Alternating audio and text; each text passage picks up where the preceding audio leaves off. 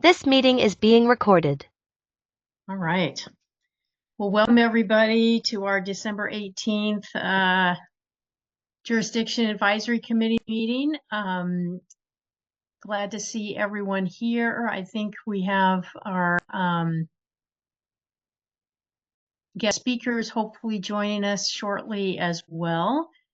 And I wanted to just give you all an opportunity to check in for a moment. We'll go ahead and bring up the slide deck. Well,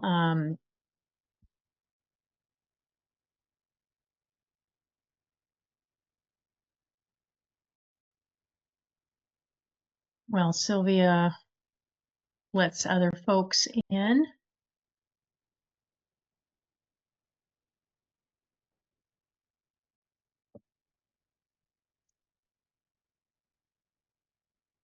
All right.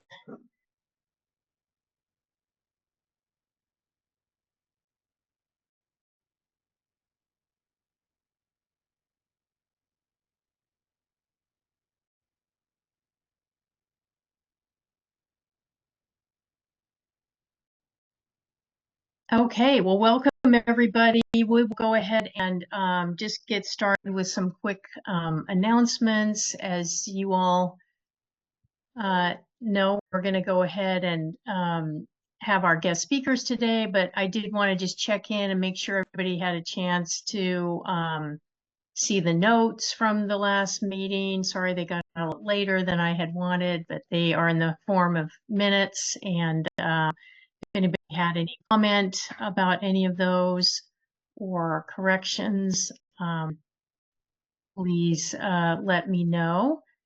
And we also wanted to just acknowledge, some of you were checking in and continuing to look over the definitions in anticipation of diving into more of these in detail as we move through today's meeting as well.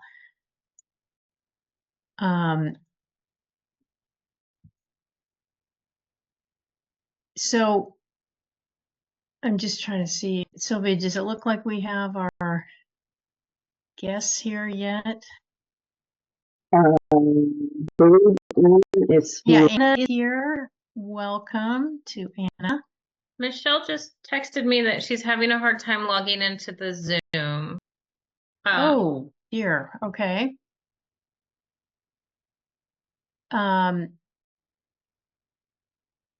Let's see. Do you think she needs the link again? Just sending her. Yeah, that might be the quickest way to get her in here. Yeah. I'm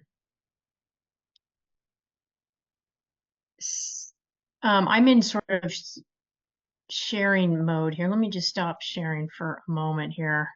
And I'm going to just copy this link and send that out to her real fast. So I was thinking, while I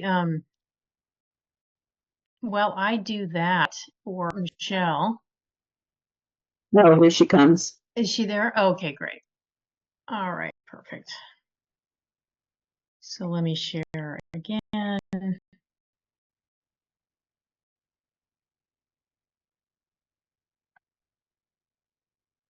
Let's see if I can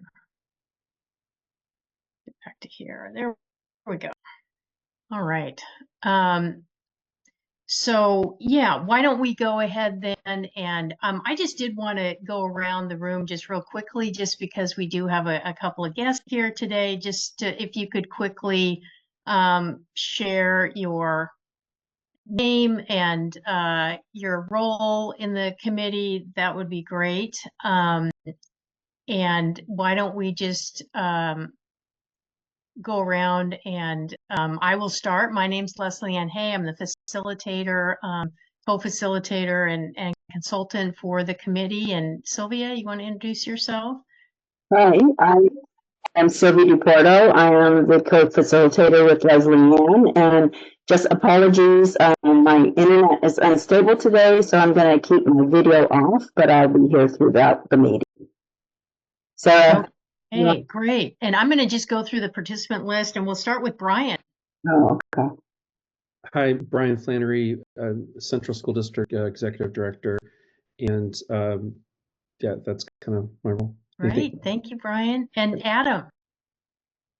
Adam Rodakowski, Director of Foster Care at Greater Oregon Behavioral Health, so representing child caring agencies. Great. Welcome again. And let's go to Alexis. Hello, I'm Alexis Amorelli. I'm the Foster Care Ombudsman with the Governor's Advocacy Office. Great. Welcome. And how about Amelia? Hi, everybody. Amelia Kircher. I'm the Executive Director for the Imani Center. We're the Child Abuse Assessment Center or Child Advocacy Center out in Columbia County. So I'm here representing the CACs. Great. And Anna Day. Hi, I'm Anna Day, she, her pronouns. I'm a licensed marriage and family therapist and director of Oregon Community Programs, which is an outpatient behavioral health clinic for children and families, as well as providing therapeutic foster care. All right, great. And Captain Pierce? Hi, my name is Buck Pierce. I work for Albany Police Department. I'm representing the Oregon Association Chief of Police. Okay, great. Welcome. And how about Kristen Ward? Hi there, Kristen Ward. I'm an assistant attorney in charge at the Oregon Department of Justice, and so I represent DOJ in this committee. Great. And Lindsay? Hello, Lindsay Bigelow, the Interim Chief Investigator at the Office of Training, Investigations, and Safety, and I represent ODHS here. Great. And Tori? Hi, Tori Lynn. I'm the director of the Lynn County Juvenile Department, and I'm representing the Juvenile Department Directors Association. Great. Welcome. And Lisa Joy? Yeah, Lisa Joy Bateman, Education Specialist representing the Department of Education. Okay. And how about Sam Elliott? Sam Elliott. I'm the Yamhill County Sheriff, and I'm representing the Oregon State Sheriff's Association. Great. Welcome. And Sarah Stewart?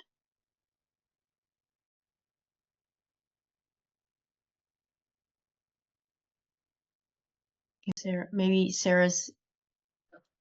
Sorry. Sarah Stewart, I'm the director at Kids First, which is the CAC serving Lane County, the Children's Advocacy Center. Great. Welcome. And our other Sarah Walker. Good afternoon. I'm Sarah Walker. I use she, her pronouns.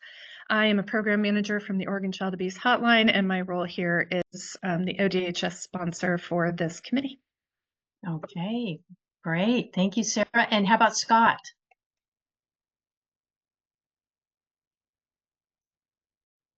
Hi, I'm a little more familiar there. Scott Alto, he, him, his pronouns. The enforcement officer for the Department of Early Learning and Care, which is the agency that regulates child care facilities and preschool facilities in Oregon. Okay, great. And I think I maybe missed Ariel. Thanks. Hi, everyone. My name is Ariel Hacker. I use she, her pronouns, and I work at Prevent Child Abuse Oregon. And I'm serving as alternate today to Nicole Cunningham, who's our executive director. Great. Thank you for being here. And so with that, kind of gives our guests an idea of who all is in our committee today, and wanted to introduce our guests as well. Maybe start with Anna Williams. Hi, I'm Anna Williams. I use she, her pronouns, and I am the executive director of the Governor's System of Care Advisory Council. Great. Welcome. Thank you so much for being here, Anna. And how about Michelle? Hi there. My name is Michelle Pfeiffer. I use she, her pronouns. I'm the legislative coordinator for Child Welfare Otis, and also helping out SOCAC on this legislative concept. Great. All right. Well, welcome to you also, Michelle. And I just wanted to give Sylvia a chance to just quickly review our agenda, and then we'll do our just quick intro of that, and then we'll move right into you guys' presentation. So Sylvia? All right, welcome everybody. We do our welcome in our check-in. Today we're going to have a presentation on the legislative concept we're going to do basically an overview of that legislative concept is that is being proposed by the System of Care Advisory Council. Then we're going to have a discussion recap that from our last meeting on the dual definitions and mental injury, and continue our reflections on additional abuse allegations, definitions, that we had you take a look at as homework, and then we'll talk about the next steps. Right. Just a reminder about our community agreements that we've all agreed to, making sure that everybody's okay with these, anything we need to add or change. You can drop them in the chat, and I'm not going to read through them this time. I've read through them before, so I'm just going to go ahead and move on to Michelle and Anna. Go ahead and start the presentation. And I wasn't sure, Michelle or Anna, if you had other slides you wanted to share. We just did a quick little overview of the sort of the points that maybe you were going to cover, but how would you like to manage that? I did not make slides. Michelle, did you? Okay, well then that's totally fine. We can leave it here. We can go to gallery, maybe just a quick overview of what y'all are going to cover, and then we'll go to gallery and be able to see each other more easily. How about that? That sounds good. So we're gonna explain sort of the origin story, a quick review of how we got to this legislative concept, and I'll give that portion of the presentation. Then Michelle will share the technical aspects of the legislative concept that have been identified for discussion for today. And then we'll have the conversation that we were invited here to have, discussion, and try to make sure that we're on the same page so that we can move forward together. Michelle, is there anything else you would say as far as what we're going to present today? Nope, that's perfect. Okay. All right. Thank you so much. I'm going to go ahead and stop sharing then, and so we can kind of look at each other as we're going through this. So go right ahead. Thanks, Leslie Ann. So the System of Care Advisory Council in May of 2023 issued a report called the Safety Workgroup Report that evaluated safety for how do we get kids who have complex care needs. One of the focuses for those kids, for that population, was kids with histories of aggression being turned away from different types of treatment environments. How do we get them the care that they need so they can stabilize, so that they can stay at home, go back home, whatever it is, based on where they are at the time. That report is available on our website. I'm happy to provide you the link, but it'll distract me if I do it now, so I'll do it while Michelle is talking. Building on that, the work from that report and conversations that we've been having in our multiple subcommittee meetings, and also a whole host of one-on-one conversations with youth and families who are experiencing challenges in access to care in the system. We had originally said we're going to run a legislative concept where we're trying to really address the challenges identified in the Special Masters report around temporary lodging. We're going to try to do all this creative stuff. Turns out that that's not possible because SOCAC does not have the authority to enter into contracts. So this whole idea that we had was like, DOJ was like, that's cool, but it's not possible under your current structure. So with that, we came back and said, what do we need to do? The governor's office said, if we're going to make a bunch of significant investments in the children's system in the 2025 session, which was something they wanted to do, we want to have some policy change that we feel like will make those investments possible for providers to take. DHS, as some of you probably already know, has had funding opportunities sitting out there, trying to get providers to create smaller care environments as recommended in the Special Masters report, do specialty care treatment as recommended in the Special Masters report. So far, no one has applied to take that funding. And so the governor's office was like, throwing money at the solution isn't working. What else might we need to change? that was sort of the question that we went into the work with, of like, how do we get folks to take the money so that they can expand the care setting so that folks can get access to care. It's complicated. This is not a bumper sticker bill, right? This is a 91-page complex topic. What the bill does, and Michelle will go into the details, but we're really trying to figure out, how do we make one clear, consistent definition of third-party child abuse so that a vulnerable child doesn't have to know who's paying for their care or regulating their care to know if something that happened to them is abuse or not, right? The definition should be the same across the board. I think that's what's fair for vulnerable kids. Y'all can have different opinions. That's sort of the first major concept of the bill. The second major concept of the bill is, are we actually holding folks accountable who have the authority to do the thing we want done, right? So if it's a frontline staff who's misusing their training, abusing kids, doing things out of retaliation or for their own convenience or whatever, that absolutely shouldn't be investigated as child abuse. If it's a facility that has neglected their training responsibilities to their staff, is understaffing the floor so that they can save money, if they don't have supervisors on site to certify and supervise the holds or the seclusions that may be happening, right? That currently the only person held accountable by our system is the worker, the frontline worker, who is sort of bearing the brunt of all of these regulations. This bill would say workers need to be held responsible for worker problems, but facilities and leaders need to be held responsible for facility and leadership problems. So the other thing that the bill does, and Michelle can get into the details, is align some of the definitions that we currently have with the federal definitions, which again was a recommendation that I think that came out of the Wyatt settlement. I could be wrong about the origin of that piece.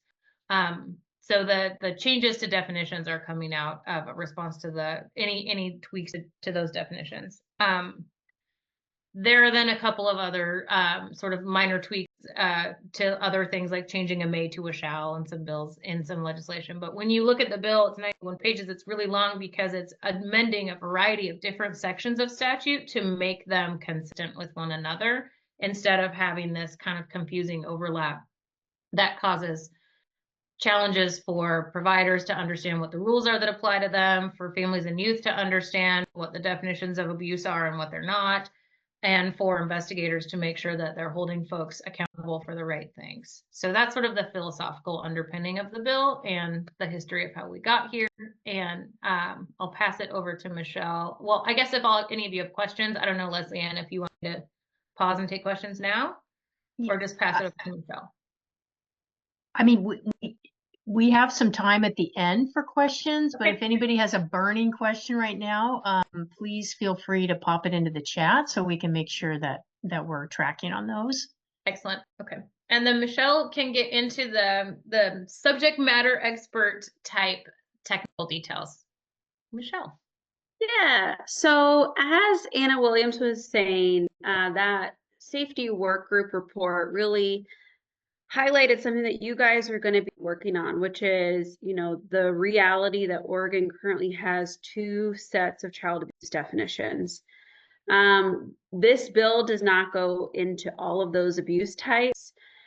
This bill is looking particularly at the definitions of wrongful restraint, wrongful seclusion, and corporal punishment, and trying to say, how do we make unified definitions for those 3 abuse types to be applied across the board in more like institutional or facility settings, not applicable to parents or families? I want to make that clear. But how do we make that applied consistently? Because today's statute in 419B, abuse definitions, it's cited for schools. If a school personnel violates one of a number of listed statutes, any violation, it is considered an allegation of wrongful restraint or wrongful seclusion that is an allegation of child abuse.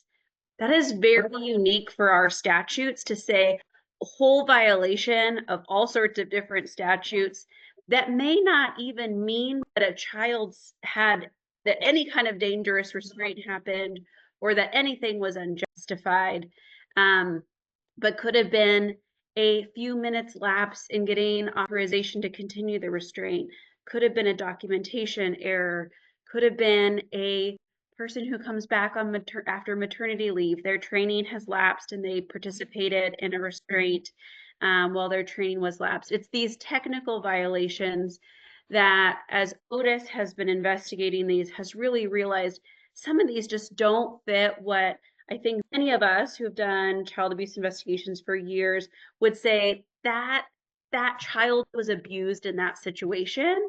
And that can have some kind of friction points for those doing the work to say what happens did not harm that child, did not put a risk of harm to that child. That person shouldn't be given a label of having abused a child, and trying to kind of reconcile, but it is technically a violation of statute and technically requires an investigation, a finding of child abuse. So what we have done, we pulled together a group, and I say we, this is a bunch of System of Care Advisory Council folks, bringing people together from the school system, from OIA, from juvenile departments, from hospitals, from the DD system, from child caring agencies. Trying to remember, like there are so many people in that room, to really say, you all do some form of restraint in your programs or have the ability to do restraint your seclusion. What is that? Kind of what are the key elements across the spectrum that all of you would agree on are the elements that you would want somebody to be investigated for an allegation of child abuse?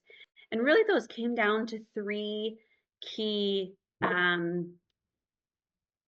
key elements is what I call them. But the first one is if the justification is off, if it is due to punishment, discipline, convenience of the staff, retaliation, or is just otherwise not justified, that would be an allegation of child abuse.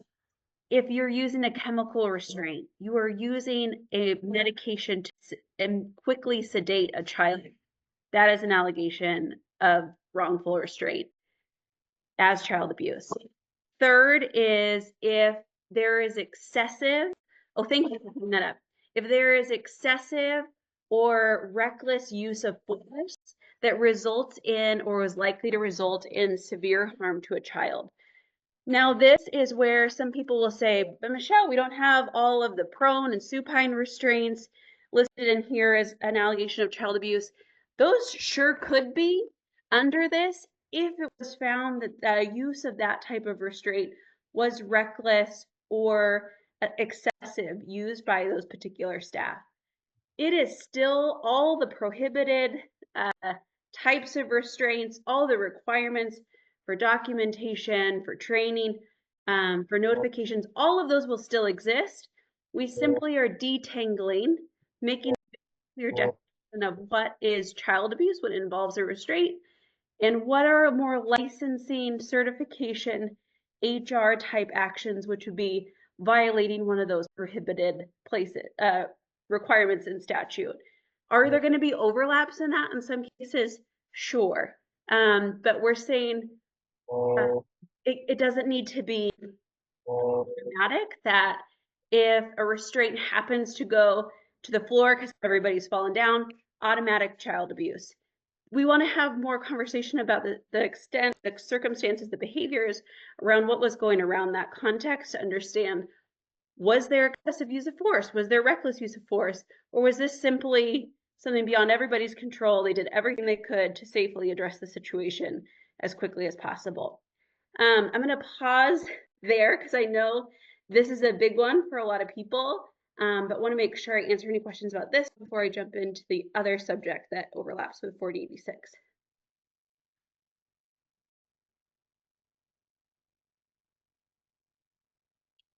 Is there a way you can upload that little chart into the chat at all? Oh, I probably could figure that out. Who was sharing the screen by chance? Oh, Anna, I don't know if you're able to copy as a picture from our policy brief and paste it. I will work on that.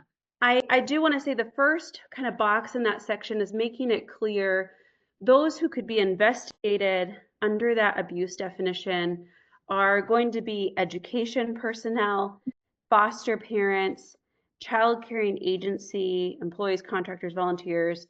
Same with IDD residential programs, which are their foster homes, their group homes, host homes. And then lastly, this kind of gets into the next part, but we are looping in OYA foster homes into the definition of a child in care, so that regardless of whatever type of foster care a child is in Oregon, that the abuse statutes, the required notifications, everything is across the board aligned. So Michelle, can I ask a quick question? It just sounds like it's more of a refinement of the definition of those particular altercation types than completely removing it back to the licensing realm and just saying if it rises to the level of physical abuse, just use that child abuse type. Correct. Yeah, what we've known from experience, like Lindsay might be able to help me with this. We've gone through multiple iterations of the definition of wrongful restraint and involuntary seclusion. There was a definition prior to 2016. Then there was a definition in 2016 that we played out and experienced, and then it changed with the passage of 710 in 2021. So we've experienced kind of multiple iterations of a wrongful restraint abuse definition. What we did as a state agency when we got the feedback from community partners about what they identified were the key elements of what should be considered an allegation of child abuse involving a wrongful restraint, really what we did was we said, okay, well, let's do kind of a validation of like, are there going to be safety concerns with this definition? So Child Welfare and Otis both pulled all of their assigned screening decisions from 2023, looked at every single one involving wrongful restraint, involuntary seclusion, and corporal punishment. And there were some that, yes, we identified would be closed at screening given this future definition, but there were no identified safety concerns with that action being something to go towards to be addressed appropriately through HR action or certification or licensing, depending on the setting. And so that was kind of our measure to say, does this definition actually work for Oregon and making sure that we uphold kids' safety? And what it did is, I think Lindsay could also speak to this, I think the overwhelming feeling was like that it is helpful. And beyond that, and this isn't as important, but currently Otis screeners are having to look at between 16 and 32 different decision points that, if violated, constitute an allegation of child abuse.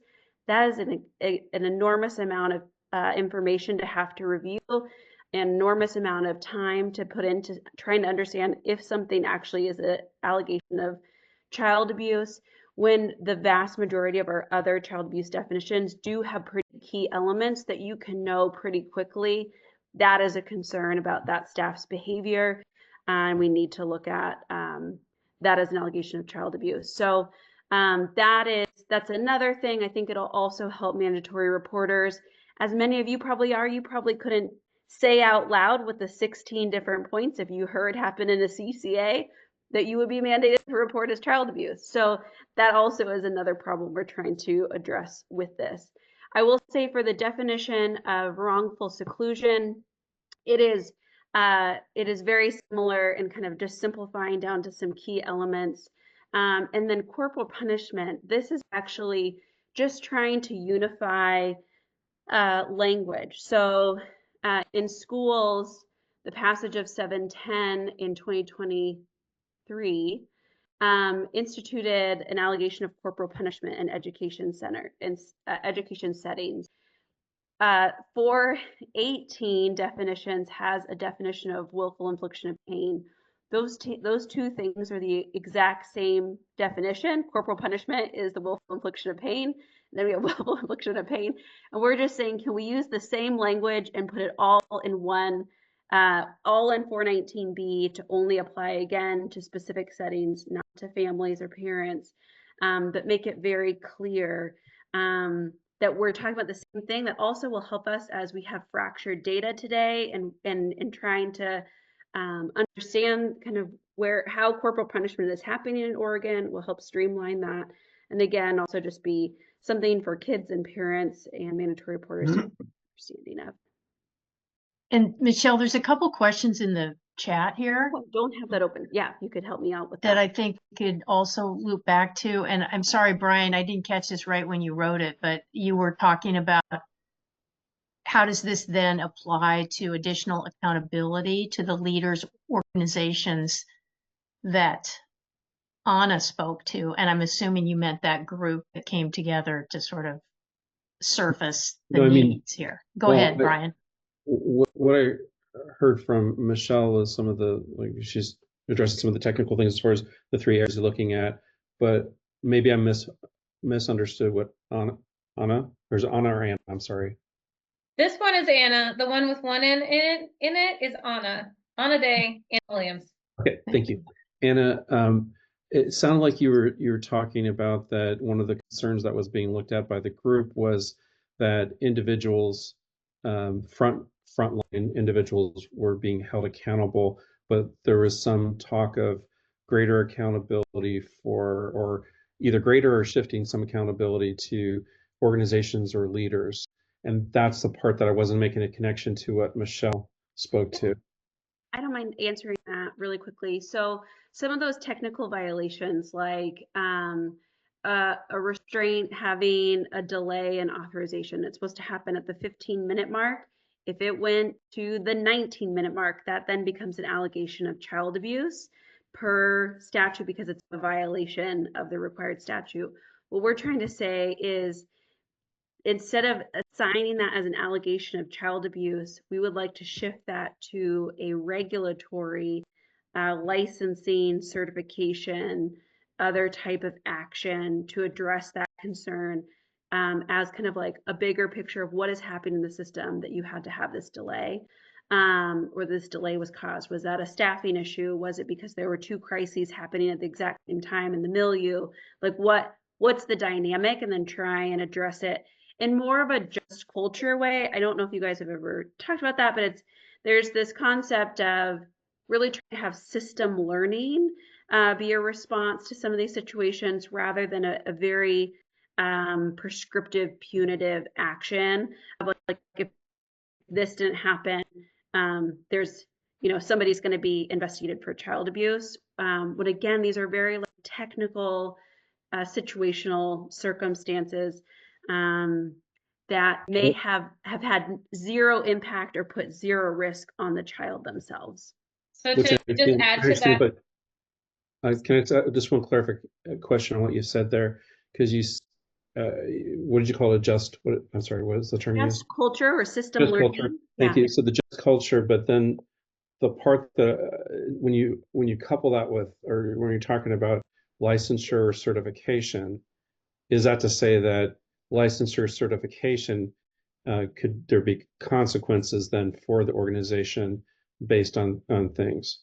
Sure. Yeah, that's what I was going to add, Brian. So that investigation that Michelle just described would happen in the licensure and certification space. So it may be that the facility is required to provide specific training for everybody on if there's one of the questions that came up in one of my earlier meetings about this. Is there implicit bias happening as far as why someone feels like there's a risk to their safety or other people's safety based on some characteristics of the child who experiences the hold? If that were the case, let's require the facility to do specific implicit bias training to address that problem. And that may also be founded as child abuse, right? If there is, there could be conditions issued on someone's license, there could be training requirements issued on someone's license, there could be a intent to non-renew notice issued as a result of these licensure and certification investigations, right? There are tools over on the licensure and certification side to say, you didn't do the thing the way we believe you should do the thing as one of our contractors for these services. We need to see you implement some repair or improvement strategies. And if that doesn't happen, then there will be additional consequences. So that's how that accountability lives over on the facility side, rather than solely on the direct frontline worker side. I would love to learn more about that, but I don't want to or sidetrack us. Right. We have a lot of stuff to talk about, but that raises a lot of questions for probably most everybody here that is part of a facility or K-12 organization as far as what the implications are. So It wouldn't be all that different from how a school district, a child caring agency, a foster home, if they violated any other requirement, it would not be any different. We don't prescribe what action needs to take in this bill. It would be the same processes that exist today, the same tools that can be used that exist today. So, and I don't mean to like throw you under the bus here, Lindsay, but like, if you can give an example, I think, Brian, are you with school districts? Is that what I yeah, heard? so for example, when you're saying that somebody goes 3 minutes, 4 minutes over the time allotment, not holding the individual accountable, but holding the school district or the leadership accountable for that. I mean, yes, that's already partly there, but it also is something that I think is problematic. And when you, on one hand, it's like education is one part, but when you say that some of the consequences are going to be somebody losing their license or having something placed against their license, that raises, questions about who is making that decision. Is it Otis or is it TSPC? Is it whose jurisdiction is that?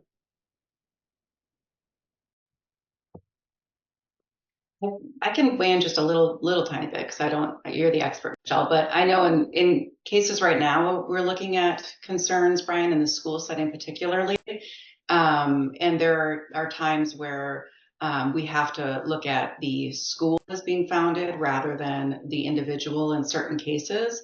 And so, Michelle, correct me if I'm wrong, but in cases like this where there's a lack of training for staff, or there aren't enough staff who are trained in physical intervention, de-escalation techniques, that rather than those particular pieces being identified as child abuse, those would be the kind of things in a school setting where the district would look at, okay, how come we didn't have enough people? How come we didn't have enough staff trained? How come this staff wasn't trained?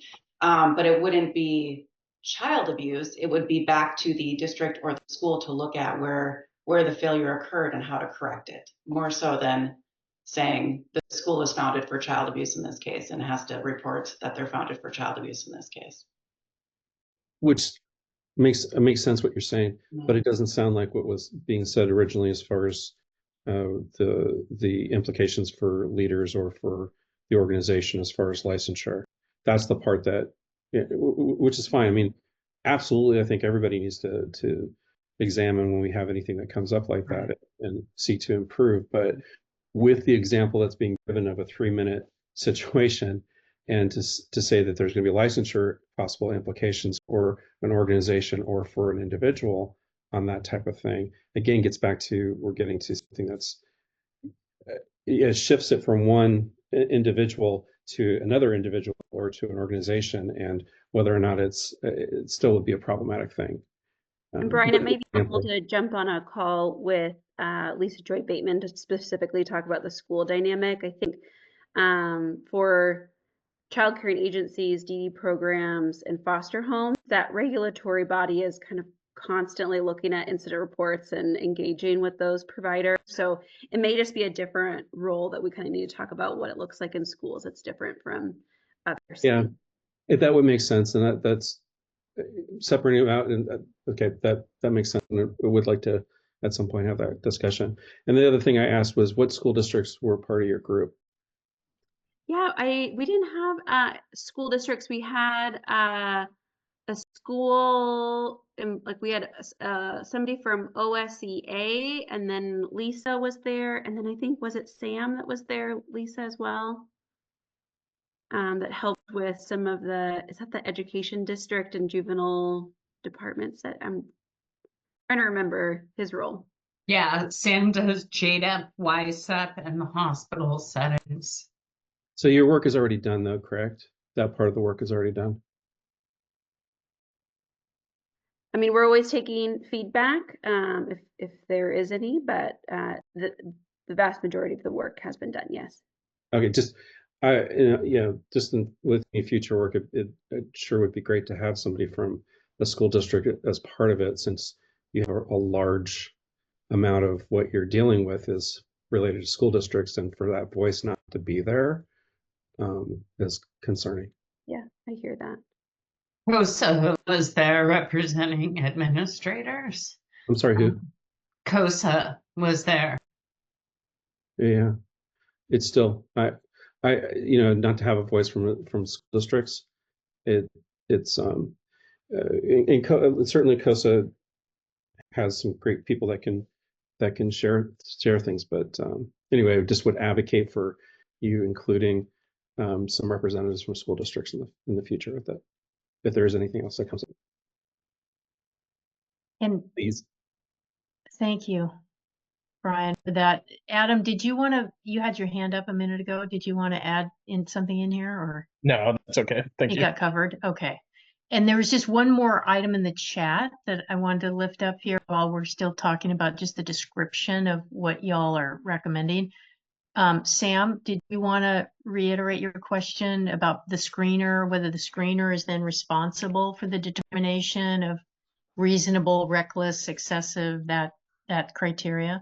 Well, just looking at the chart that was posted, I mean, you have this decision tree about, was the restraint used as a form of discipline or retaliation with no reasonable justification, was excessive or reckless use of force. And, I think our whole goal with this is trying to standardize things and simplify them. And that's awfully open to an individual's interpretation. If you're just in the heat of the moment, having to make a decision about, whether somebody's actions, I mean, obviously we deal with this on a regular basis where decisions are second guessed later on. But if we're talking about trying to make it easy to understand, and somebody that does not work directly in the system but has involvement probably from a different angle, my first concern would be, well, two different people could look at the same situation and one would think it's excessive and one would think it's totally justified. So that was what I was getting at. Mm-hmm. Comment on that? Did your committee kind of explore that, Michelle or Anna? And it is always that balance of if you've been part of writing statute, like writing it to not be too prescriptive that you make the door too narrow, but then also not having it be too wide for interpretation. It's a hard balance. I think I'd be curious, Kristen, for sure you can go. The other person I would say is I'd be curious with Lindsay and Sarah. Sarah Walker, I don't know if you were part of that screening decision of how it felt when you actually reviewed cases and how easy it was to use that definition or not. I'll just weigh in really quick, Michelle. Thank you. So I would guess, based on my experience with agency process, that these terms would be further defined in rule, and then those are open to the rulemaking process where people can participate in that, the rule advisory committee, and provide their input about the agency's proposed definition or interpretation of a rule. And so that's a way that I think more clarity often comes to these terms that feel quite vague in statute. Like we've talked about that a lot with, for example, the threat of harm definition of abuse that's almost, fully sort of interpreted and defined in rule. And, I would envision, Michelle, please correct me if I'm wrong, that, that would be kind of similar with some of these terms, although they don't feel quite as broad and open as threat of harm, for example. Yes, absolutely. And alignment between child welfare and Otis will be essential in that. Yeah. And what I would add from the child abuse hotline perspective, and no, I didn't participate in that review that Michelle was referring to, but I think if you reflect back on the structured decision-making tool that I shared 2 meetings ago, and how that tool really is meant to help ORCA screeners, so Oregon Child Abuse Hotline screeners, put context to these statutory definitions and interpret these statutory definitions in consistent ways. So really all of the abuse definitions are open to interpretation, right? And so the way we try to train to guide and the tools we use are what helps us work towards consistency across all screening at ORCA around how to interpret those and apply those to decision making. So the same would be true of this definition.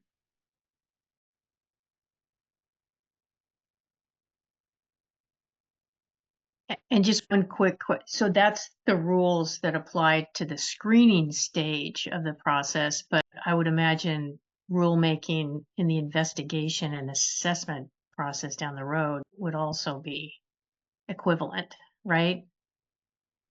So you get that consistency once it mushrooms out across the state, yeah. But I just had a question after this flow chart, the restraint flow chart. At the bottom of that, it's closed the screening, and then it goes to regulatory entities and law enforcement as a cross report. Is that including the licensee of the facilities and things like that? Yes. Yep.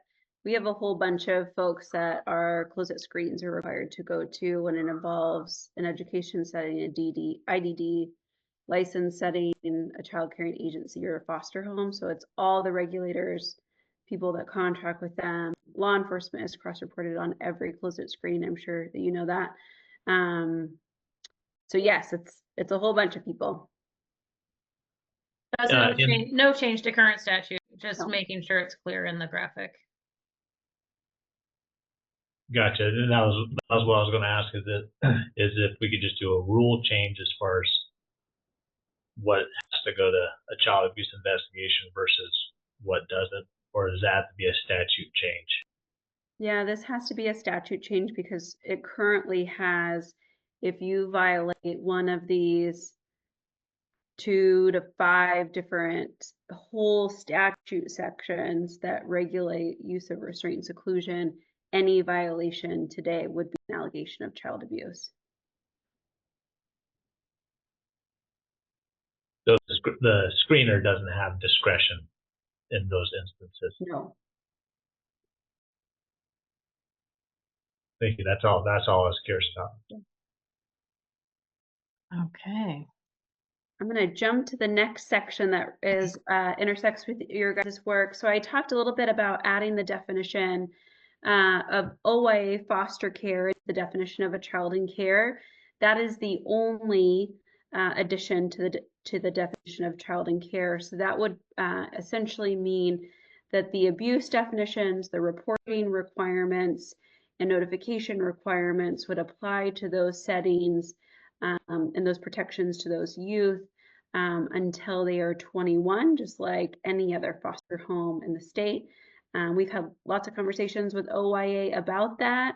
And again, it's just trying to make it very clear whether a child is in a foster home, moves from a child welfare foster home to an OYA foster home, the expectation and the experience and what is child abuse should stay the same in those settings.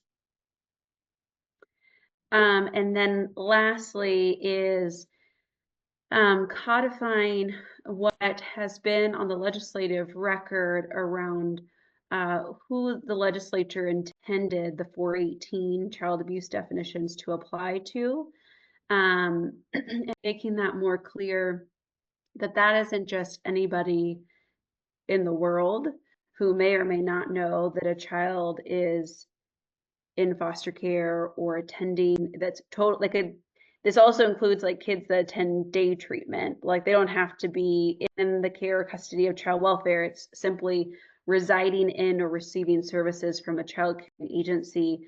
And that is not always, that's private insurance kids, that's OHP kids. This is not just about child welfare or OYA custody. I want to make that clear. And so is making it clear that really the intention of the legislature, and when you listen back to testimony, they're talking about these definitions applying to the paid caregivers for these children. It is not intended to be applied to other folks in the community, like I said, again, who may or may not know the status of a child's legal guardian. What we did do in 2023 was make it very clear that the 419 child abuse definitions apply to all children in care. So when we change the definition of a child in care, the definitions in 419B apply to a child in care until they are 21. So when if you've heard concerns about, oh, this LC makes it so that if somebody somebody living in a foster home sexually abuses a 19-year-old in that foster home, it's not investigated as abuse. That is untrue. It would be investigated as abuse under 419B, just as it would be today. There's no change in that. This is simply clarifying the 418 child abuse definitions applied to the paid caregivers. Clear as mud. I know that you guys are working through all of these two statutes, and so I'm sure you can all relate to how complicated this is, but I want to just make that clear that that's the goal, is just to clear up a little bit of the ambiguity in who the 418 definitions apply to. So with that, this work definitely has overlap with what you guys are doing.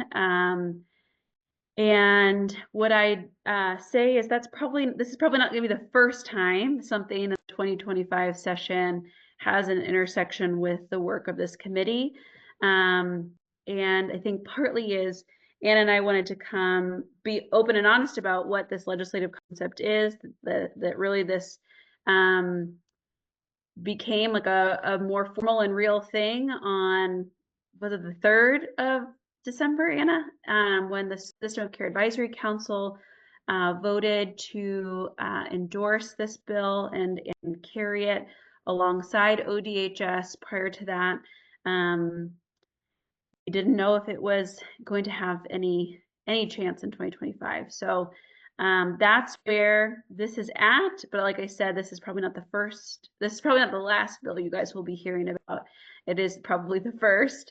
And so some of that is this committee will need to figure out how to navigate giving recommendations or advice, or how you provide feedback on some of this legislation that ODHS, I don't know of anything else that ODHS is involved in, but other legislators and advocates could be putting forward for this session.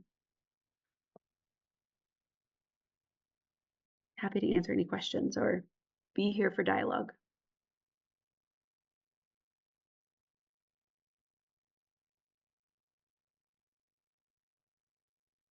Any other questions or clarifications? Can you guys say a little bit more about where does this go from here? And just in terms of us trying to manage our tasks and our priorities and how we can best coordinate these efforts. Can you say a little bit more about what's next for this? I'll hand that to you, Anna. For this legislative concept specifically, we will be having a public meeting on January 7th. I want to make sure I'm telling you the exact date. Yes, January 7th. That is the date of our typical monthly System of Care Advisory Council meeting. We're changing the timing on that a little bit to try to make sure that folks who aren't available during the traditional 9 to 5 workday all are able to participate in that. So the meeting will start at 3:30 and go till 6:30, and it'll be kind of bookended community feedback for the first and last half hours, and then 2 hours in the middle of that meeting will be the council really discussing the legislative concept and the proposed amendments. We've 14 proposed amendments that have been recommended at this point. I anticipate after the series of meetings I've had this morning that there will be more for us to discuss on January 7th. Y'all are welcome to watch that meeting, participate in the chat or during the public comment sections. And then on January 8th from 8:30 to 9:30 in the morning, we'll have our legislative committee meeting where we will also be discussing this bill as our sole topic there. At that time, all of the amendment requests that the council has chosen to approve will be submitted to legislative drafters, and the sort of next version of the bill will be shared on OLIS. The next opportunity to amend it after that would be once it has a hearing during the legislative session.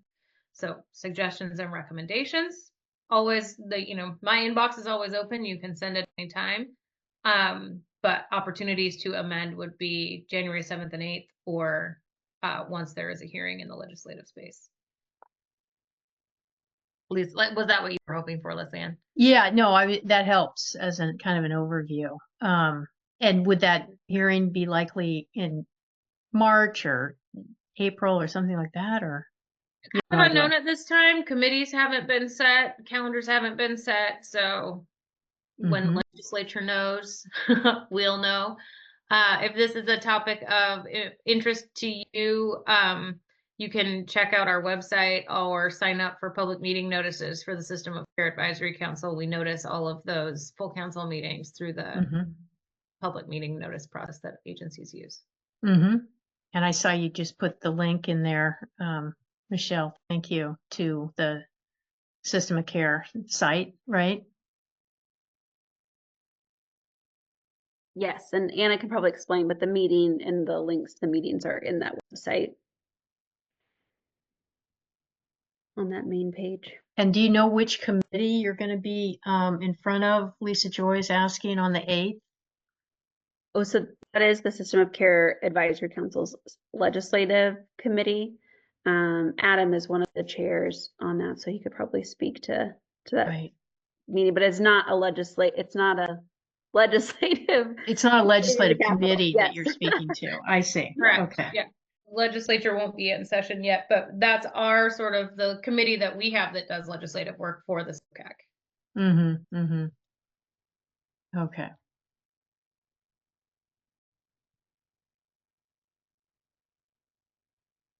All right. Any other questions or thoughts? I don't know, Adam, if you had reflections on, given your role in that group, of how this committee could best align itself. Yeah, I mean, I think if I'm just being a little bit blunt, is like, I think we just keep moving in our direction, right? Because those changes to child abuse definitions are fairly minor and are not, they're new, I don't know if they're new anymore, but these were just kind of created 10 years ago. These are not changes to the long-standing definitions of child abuse here in Oregon.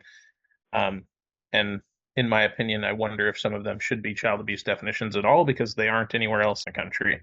And so, yeah, I think monitor it, right? And we can have some touch points, but I think our work is different enough that like this group can weigh in, but it really doesn't fundamentally change anything. And from my perspective, being on both groups. I'm just going to clarify one thing that Adam said. In many ways, this is more, this proposed definition is much more, but is more, I'm saying more too much. It is more aligned with what the definitions were prior to 2021, but with improvements based on what we have learned from child abuse investigations of these types. So I would say it's more of an evidence-based kind of look at what actually should constitute an allegation of child abuse per a lot of experience. But if you didn't think the world was falling before 2021 on this issue, then it will not be falling after this issue. Yeah. And really the bill itself is really designed to improve access to care for children in Oregon, right? Like we're 51st in access, like dead last, right? pretty depressing stat, doesn't align with our stated values as a state. And so, you know, we're trying, I kind of say this sadly, but like, I'm not trying to get to first. I'm trying to get to like 45th. And once we get to 45th, like then we can move for 40, right? But if we don't shift these, kids are going to continue to not be able to access care when they need it, where they need it, and we're going to continue to have kids at risk every day, and some dying as a result. So Absolutely. Yeah. And second, Anna's saying in the rate of juvenile incarceration. Yeah, they're definitely related. Yeah, yeah. All right. Well, I think we covered the main questions in the chat. Did I miss anything that anybody wanted to make sure we asked of our presenters here this afternoon? Sylvia, anything else on your mind? It was all covered. Okay, great. Well, thank you so much, Michelle and Anna, for joining us and jumping right in to help orient everybody. That's been very, very helpful. Yeah, happy to answer any questions if you guys think of some along the way. So please reach out. Oh, we definitely will. You'll be on our reach out list. All right. All right. Thank you. Thank you so much. Bye-bye. All right. So I think that let me go ahead and bring back up the slides where we were. Any other reflections that anybody has on their mind as I do that here?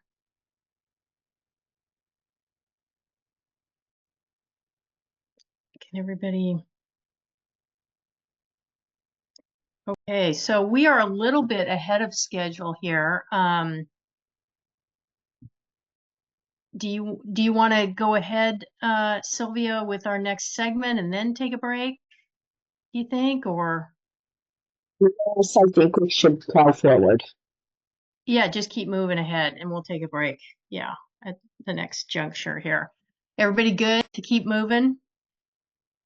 So we just wanted to kind of move into recapping a little bit of what we had talked about the last meeting or two.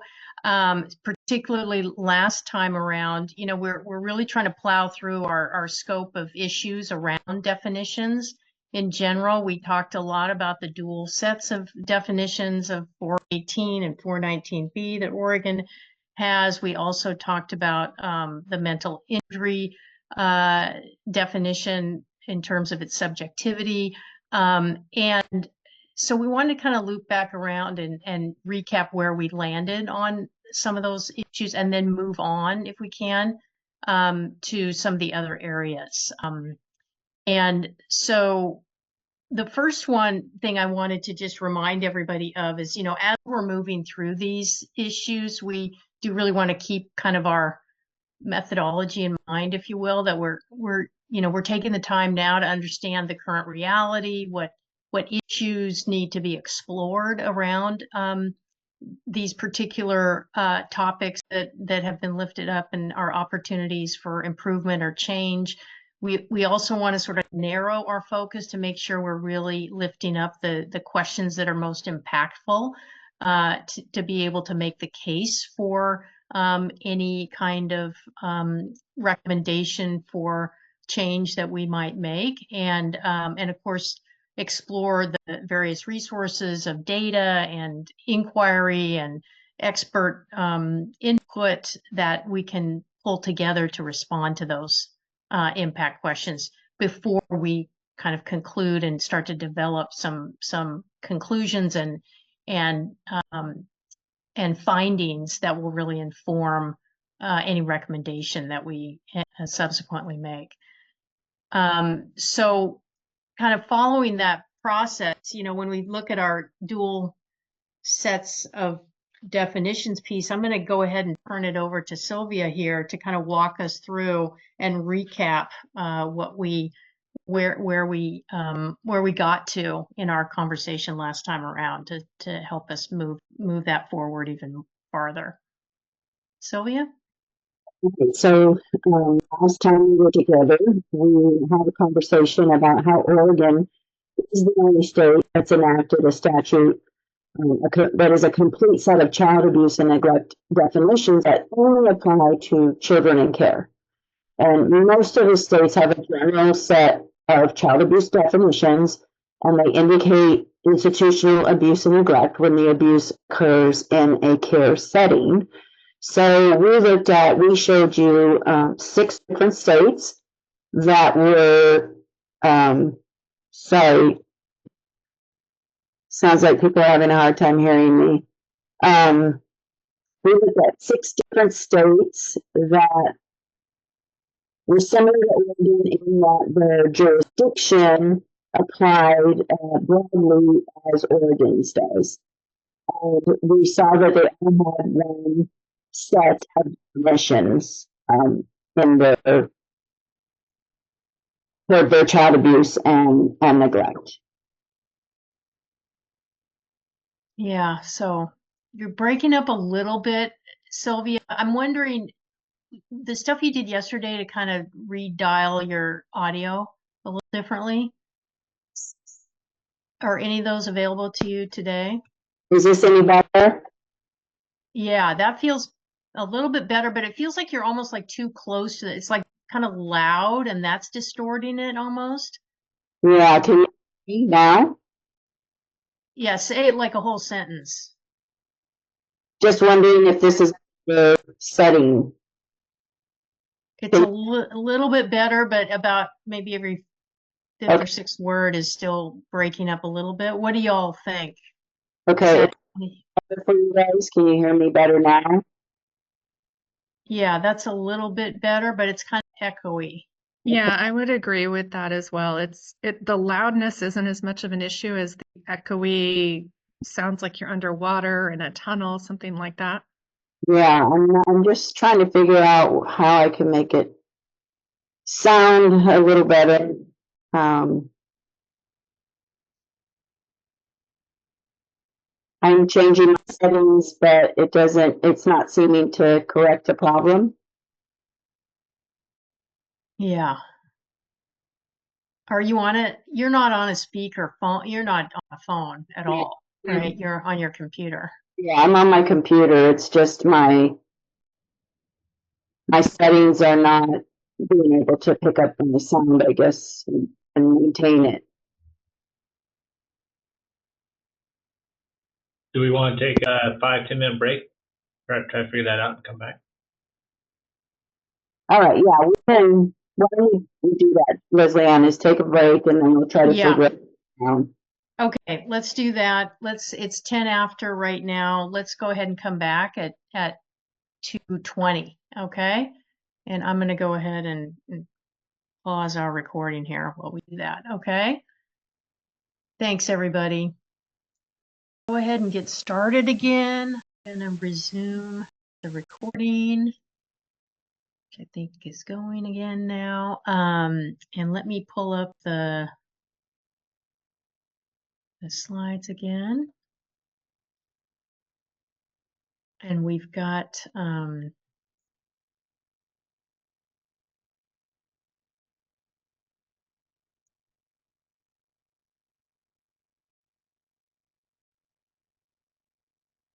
Sylvia on a headset, so I think we've resolved the problem. It may not be like perfect audio, but it's definitely more understandable than before. So if everybody's back with us,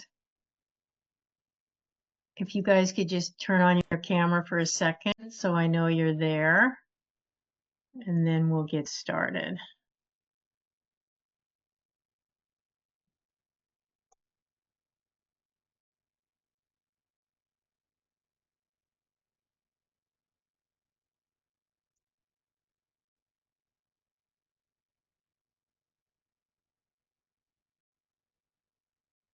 Okay.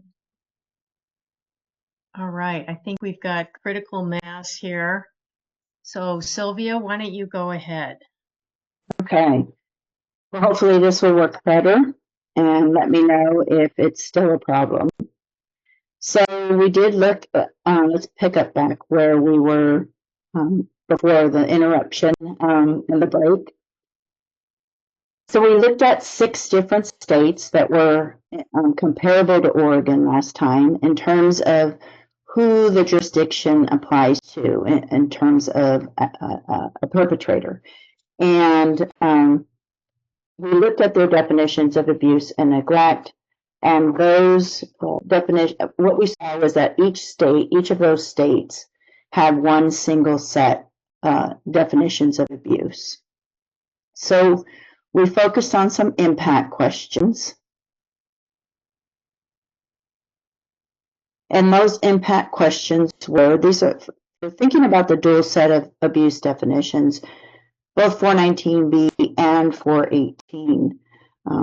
These were the impact questions. So does it make sense? Does having a separate set of definitions for children in care create gaps or inconsistencies in how the cases are being handled, especially if the abuse is defined differently based on the child's setting?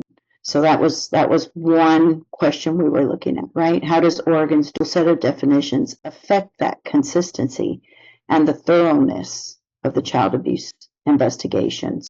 Does it make sense to do that? Does having separate set of definitions, are they impacted? Are the investigations impacted by this dual set? Are there differences in how mandatory reporters are trained or required to respond based on whether a child is in a care setting or a non-care setting? And then how would a more unified set of abuse and neglect definitions impact policy and practice for children in care? So the question about how Oregon's approach affects reporting and response requirements for abuse in care settings versus general settings, we really want to pay attention to that. I think it's where we're looking at the front door, right? If your mandatory reporters are confused about anything related to the definitions, does that impact at all what they're calling in? Because that's the front door to the organization. So we have to think about it in that sense. And then would a single set of definitions with specific categories for abuse, institutional abuse, meet the same safety objective as the current dual set of definitions? Are there risks in losing that more tailored approach currently in place for children in care? So those are some questions I think we need to consider, right? So when we summarized our debate that we had, we looked at our notes and summarized our debates, this is pretty much what we came up with. There's problems associated with the status quo. It causes confusion for the accused care providers, the court personnel, and the mandated reporters. It's easy to miss the details and or overlook any potential abuse situations. Weakens the already fragile placement inventory, the number of placements available for children coming into care, by codifying as child abuse issues that were historically viewed as licensing violations. Those are some of the problems that were pretty prevalent in the discussion. Reasons to keep the status quo were identified where 419B and the criminal code are shared. So we heard from law enforcement that basically it's clear to them and it's easy for them to determine if it's a 419 or a 418. 418 actually codifies the types of harm to kids in care that require investigation. There are separate statutes that are clear to law enforcement and to the Department of Health Human Services. But we had a question mark about that because there was discussion on both sides about whether they're really clear or not. And We know that the department has developed a tool, structured decision making, that identifies for them or clarifies for them those distinctions in those separate statutes. However, it's very lengthy. It takes a lot of time. It's a workload for them because they have to make sure that they're looking at them very closely to make sure that they're picking the right one, that it's going to the right entity. Does it go to CPS? Does it go to Otis? Does it go to both? So in terms of just the work that it accompanies it, is it interfering with their ability to take more calls because they're spending so much time using their tool to find out what really is the issue? And then there's confusion for others. Could it be handled by just having better communication? Could this confusion be addressed by having better communication about those dual set of definitions? Can't we just make it clearer about the dual set of definitions? So that was the summary of our debate. Karina, we thought that this would set us up for a decision. And that decision is really about, we have two options. We have option A, which is don't combine the 418 and the 419 into a single set of definitions by abuse type. Or option B, combine the 418 and the 419B into a single set of definitions by abuse type. That would be put Oregon more in line with the rest of the states if we were to combine them. But regardless of the option, we felt that there were some pretty clear changes based on the discussion that needed to occur. So whether you choose option A or option B, these changes were felt were necessary to occur. Explicitly name who each abuse type applies to in terms of a perpetrator. Being clear in the statute about who do these abuse types apply to, who can be considered a perpetrator for each abuse type.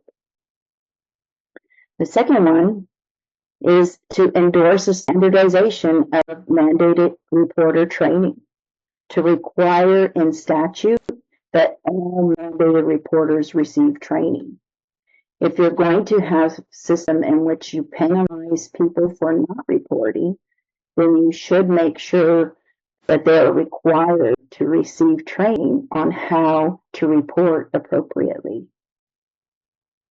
And thirdly, remove the wrongful restraint and the wrongful seclusion as abuse types from 418 statute and reestablish them as licensing violations, which I think speaks to some of the discussion that we heard from Anna and Michelle, and the work that they're trying to take a look at is that those are really licensing violations and not so much abuse. So what we want to do with this is get a sense from the committee members, all of you, where you're leaning. So Sylvia, before we do that, yeah, I think I want to make sure we have time here to go back to that previous slide. If there's questions or comments, I saw Kristen's hand go up first. Yes, Kristen's hand is up. Okay. And then Brian, yeah. Thanks. Kristen, did you want us to be here or on the previous slide, or does it matter? I don't think it matters too much. I wasn't sure when to raise my hand, and thank you for the opportunity. I just thought that this is an important place for us to pause for a second, which clearly you do too, because that's why we're at our decision point. So when I was getting ready for this meeting and looking back at my notes from last week, I had some questions that just weren't totally kind of gelling for me. And I think I need some additional discussion and perspective, because what I heard, and I think this is particularly from the law enforcement perspective, is like, we don't really care where these definitions are living. We just don't really want them changed, because that has these other impacts on, I think it was described as like 50 years of criminal law jurisprudence. And I was thinking about that, and I'm just not really sure how they are related that much. Is it the thought in the case law or something else? And I'm hoping that maybe I could hear from Brendan or Buck or others about that, because I went back and looked at chapter 163, and I'm not a criminal law practitioner, and I only see one reference to 419B, and so I just don't understand how changing the child abuse definitions in 418 or 419B trickle over into this other area of law. And I feel that's really important for us to understand if we are going to be making recommendations to you as our facilitators about the possible need for amendments to these definitions, which is required under the bill as part of your recommendations. And so I just wasn't sure kind of where that's coming from, and I would really appreciate some discussion to try to better understand that perspective. Right. Let's open it up. Anybody want to clarify that link that was referenced last time? Well, I can talk a little bit about my perspective, but I think Brendan, being the lawyer, is probably the best one to talk about application of the statutes. But from my experience, and maybe even Sam can talk about this as well, is what is investigated today, living under these two separate statutes. If we change it tomorrow, that affects the case that we investigated today. And so I think that is some of that negative, potentially negative outcome for changing definitions or changing the statutes, if that makes sense, is that case that was investigated,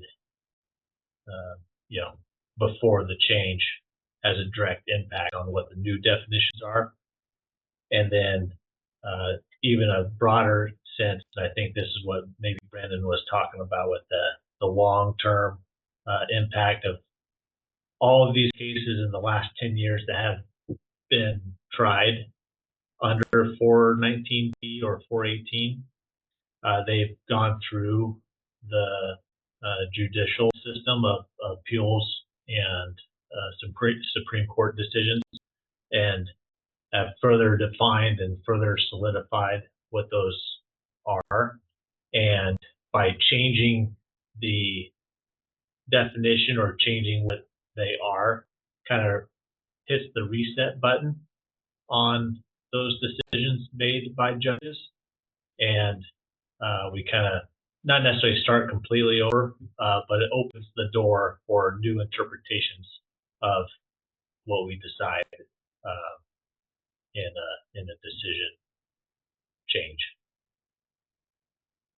Thanks, But Buck. I'm just that's curious the though, only when thing I you're, can think. yeah, no, I appreciate that. So when you're, going before a judge in the context of a criminal case, so aren't you asking the judge or the jury to look at the statutes in, the criminal law chapters and not the child abuse chapters? No, sorry, Kristen. I appreciate the question. So, I think the big thing to keep in mind is that Oregon law contemplates that child abuse shall be investigated with a multidisciplinary team. And by definition, the multidisciplinary team investigates child abuse under the definition of 419B005. So from the jump, we're already including those abuse definitions as the context of which multidisciplinary teams are structured around, and that's right from the jump. Now law enforcement's looped in on all of that. When it comes to child abuse, we refer to sex offender registration as the definition of child abuse under 419B.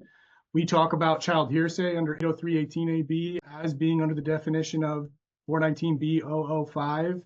So there's lots of crossover between child abuse criminal law context as well as the dependency kind of definition of abuse.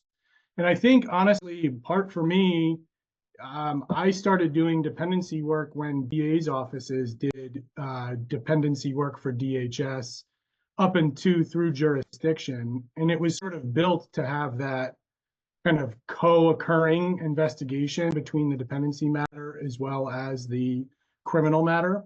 I know the state has moved away from that, but the law kind of intersects oftentimes in lots of different ways, in my opinion, on that 419B site. In addition, I think there's other things to keep in mind that DHS doesn't think about. For example, public record requests.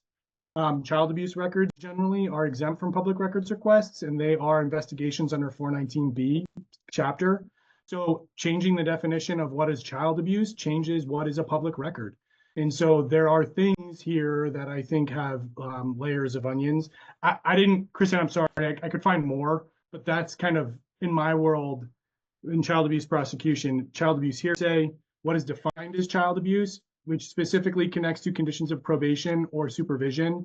So it has to be reasonably connected. So if we were to say this person can't have contact with minors, it has to have some sort of nexus to a child abuse allegation. The definitions of what are child abuse, when it comes to MDTs in particular, are the big area that I would be the most concerned about. So what I'm hearing there, Brendan, it's more about investigation than you securing a conviction. And that, you know, because when you're actually like charging someone, your document's going to refer to, you know, 163, 415 sexual abuse in the third degree that doesn't reference 419B. And that's kind of like a separate issue for you rather than, you know, what's happening in the investigation phase. Is that right? No, I wouldn't agree with that. I think that can be the case, but I also think sometimes when we talk about what is physical abuse, it refers back to the definitions of, you know, child abuse and then reasonable physical discipline not being abuse. So now if I was to do an assault on a father, there is a legal defense to reasonable physical discipline because it's defined and is specifically exempted from the abuse definition under 419B. So all assaultive behavior, criminal mistreatment, and child neglect also parallel each other very closely regarding what is the definition of neglect. So there's a lot of parallelism when it comes to the charges that we bring.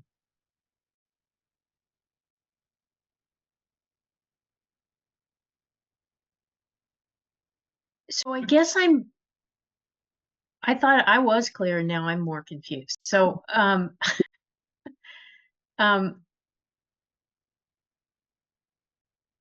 because I feel like we're talking about combining existing definitions, not changing the definition of abuse. Does that make a difference, Brendan?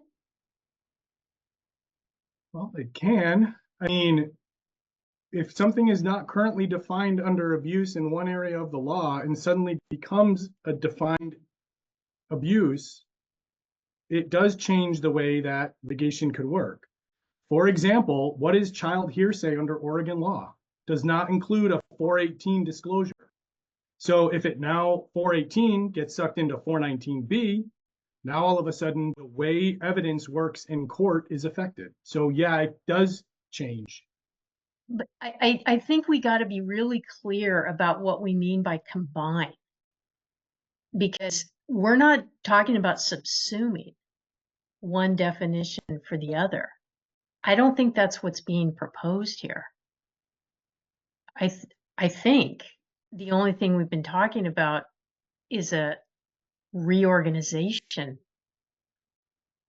for clarity issue. And that's where I think the discussion landed that, well, that's not worth it, really, because of all of this connective tissue that exists between the way they are right now, and we've dealt with it through rule clarifications for any of the confusing parts of all of those issues that we talked about earlier that were on the, you know, changing the status quo side. But Brian, you've had your hand up for a long time, and then I'll go to Anna. Anna, I mean. Brian?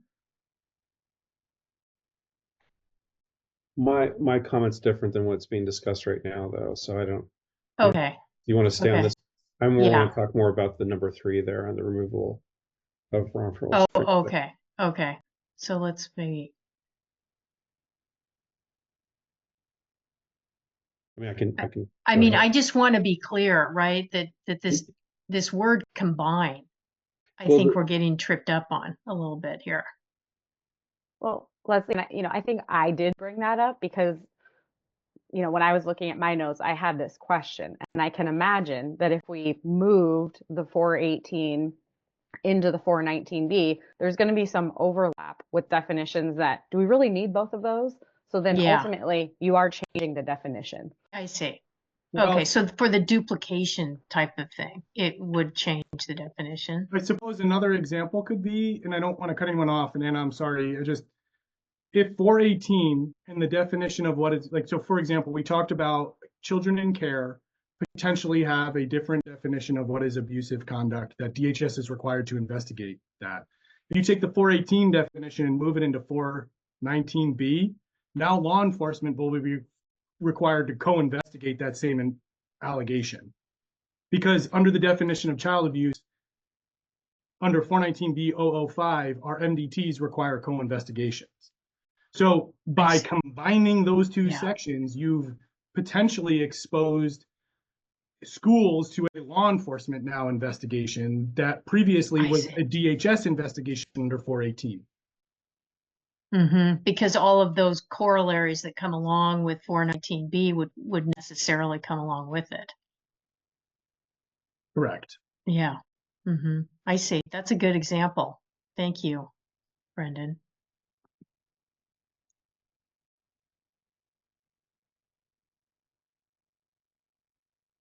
And Sarah's saying, yeah.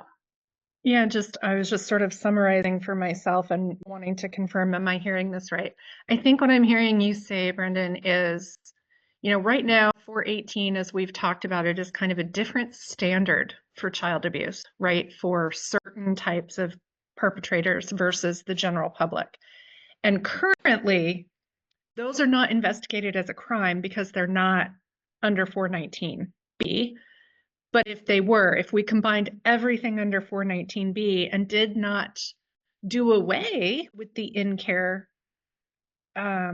abuse types, now those become possible crimes to be investigated. So for example, something that the general public is not investigated for now as a crime, nor is a provider in a congregate care facility, but the provider in the congregate care facility is currently assessed or investigated by child welfare or by ODIS for child abuse. Now, if we move those over, that would be a joint investigation with law enforcement, and they may be liable for criminal prosecution as well. Is that what we're understanding the impact might be? That is a correct understanding, in my opinion. Another example might be under Oregon criminal law, a caregiver, meaning even a teacher or a daycare provider, can use physical discipline under criminal law. And if it's reasonable, it would not be abuse under a potential criminal definition. But under 418, that would be inappropriate. It would be investigated for abuse. And now if you took 418 definition or limitations around reasonable physical discipline and applied it into 419B, it would expand the scope of behavior that law enforcement would look at from a criminal investigation standpoint. And I would say, though, the inverse is not true, meaning, of course, you can have violations of a 418 section and still have a criminal investigation. If a child is in care and the conduct is egregious enough to trigger both concerns under 419B and 418, law enforcement would investigate that as well. But we've all acknowledged now that there's a different set of rules under 418. By combining it into 419, you are combining everything into a law enforcement investigation. That is slightly oversimplistic. That is the concern with playing with 419B, however.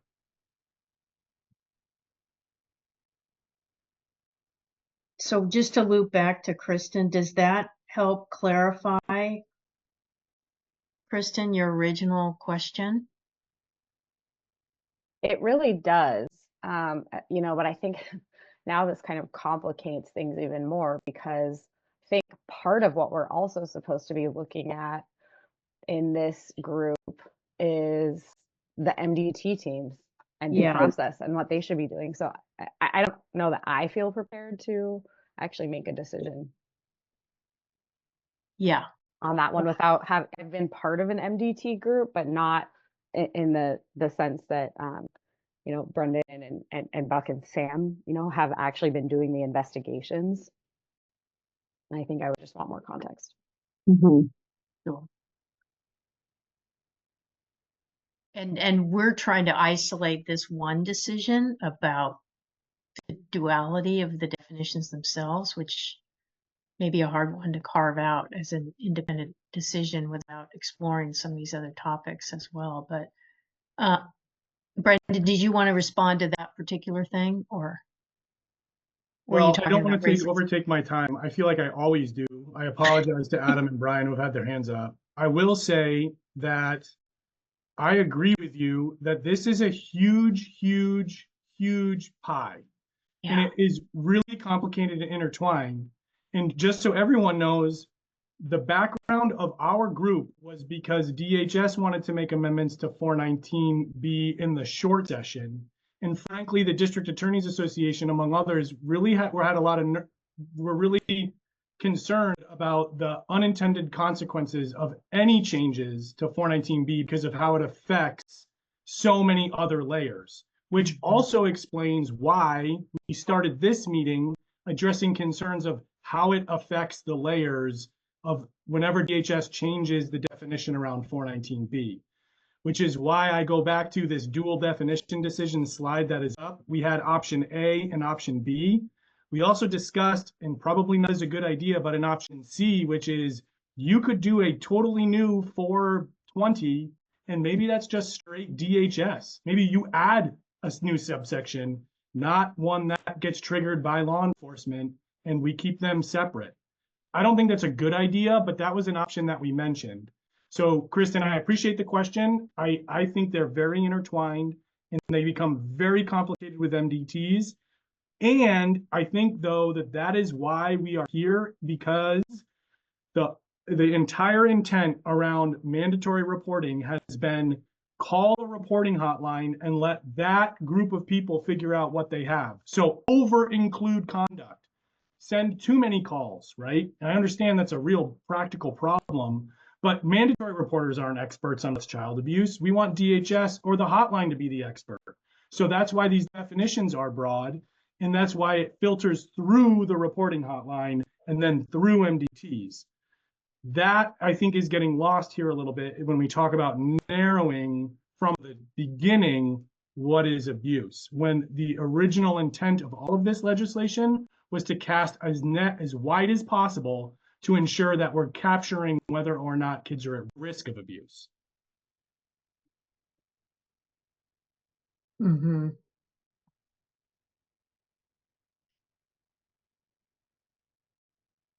Yeah. Okay, I'm gonna. Anna had her hand up for quite a while too. I think we maybe touched on some of my question, but I guess what I was thinking is it seems super clear that making an addition, a deletion, or a recombination of any kind to 419B is a complex proposal, probably not a good idea. But the 418 rule set, having been in existence for a shorter period of time and affecting a smaller group, is it correct that the complexities of making a change in that rule set are lesser?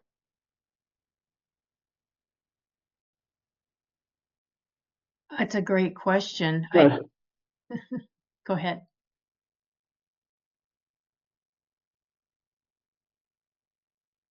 Was somebody starting to answer that? To give a direct answer, at least having one, my opinion, my limited role would be if you're going to amend 418, that's vastly less potential unintended consequences and impact in an amendment into 419B. It's a newer law, and it's quite frankly limited to DHS and regulatory agencies. I don't want to jump ahead of other folks, but I have a couple of things to consider in response to what Brendan is sort of sharing with us. And so I wonder if Brian and Adam, if you'd mind if I jump ahead of you, or if you have responses to Brendan as well. Okay. I guess one of the things I would say, and this has been super helpful to understand the complexity. I think what I want to suggest is, considering we're all here for the best interest of children and what's right for children and families. And I think you're right, Brendan. I wouldn't disagree when you say many of these statutes were written to cast a wide net and to tell people report everything. The thinking nationwide from a child welfare perspective has shifted quite a bit on that topic, and that casting a wide net has created a system of over surveillance, inequity, and disparity, and that really we want to try to address that. And so while it's complex and we have to consider what the downhill consequences might be, whether we combine these two statutes or keep them separate but analyze whether the specific definitions should be modified, I would suggest we want to keep in mind the impact on families and children first and foremost, and then think about and incorporate the ideas around, okay, and what might the consequences be that we need to consider that would help us decide sort of the cost benefit analysis. But I would caution us from deciding that because it's so complex and because it could have consequences that we should just not even consider it anymore, and really talk about the pros and cons, both for the system, which is really what we're talking about. We're talking about how this impacts the system. We're talking about MDT and court and trials, but what are also the pros and cons for families and children? Mm-hmm. So that was one thought I had that I just wanted to put out there. And then I think I can't remember what the question was that somebody asked that I thought I'd try to answer because it was also in relation to this. So if I think of it, I'll come back to it. But maybe part of it was just, yeah, I don't remember. I'll raise my hand again. Well said, Sarah. I mean, I was pausing around that as well, but didn't, your articulation of that is really helpful. And I think that's something to kind of put a pin in about something that's a theme with this, is that wide net is taking us from the notion of safety being the point of what defines abuse to the notion of risk being what defines what abuse is. And that's a very different approach than any other state in the union has, frankly. And so I think that's a very dangerous, slippery slope for Oregon to be in. And if that's something that we want to keep in mind as to the justification for a recommendation for change, that we keep that in mind. I remember the other thing I was going to say too, which was, in looking at changing statute in 419B, it's not just the definitions that this committee is going to be considering, right? It's who. That's right. Alleged. And I think some of the proposals around that will actually limit some of the scope of investigation under 419B. And so that's something to consider as well, is that, beyond definitions, we still have who can be alleged as a perpetrator in Oregon. We still have, once it gets assigned, what's due process look like? How do things get substantiated, right? So, I mean, there's the complexities all the way down the road, but that doesn't mean we shouldn't consider the potential changes that we might need to make to this statute in order to have those impacts that we're considering. Okay. I'm gonna go to Brian, who had his hand up. I don't remember what I was going to say now. No, I do to some degree. I appreciate what everybody said before me. It was very helpful. And Brendan in particular, the things that you articulated there as far as the problems of combining the two, because you're taking something that I'm just going to talk from the education perspective right now. taking something that had not been considered abuse in a few years ago. Now it can be considered abuse. And then if we then say it can be considered abuse and you might face criminal charges for something that is not abuse for anybody else except for educators and was never abuse prior to a certain period of time, but now could be a criminal charge. It's like you're going to reach a point that nobody is going to want to be in education any longer. It's already to that point.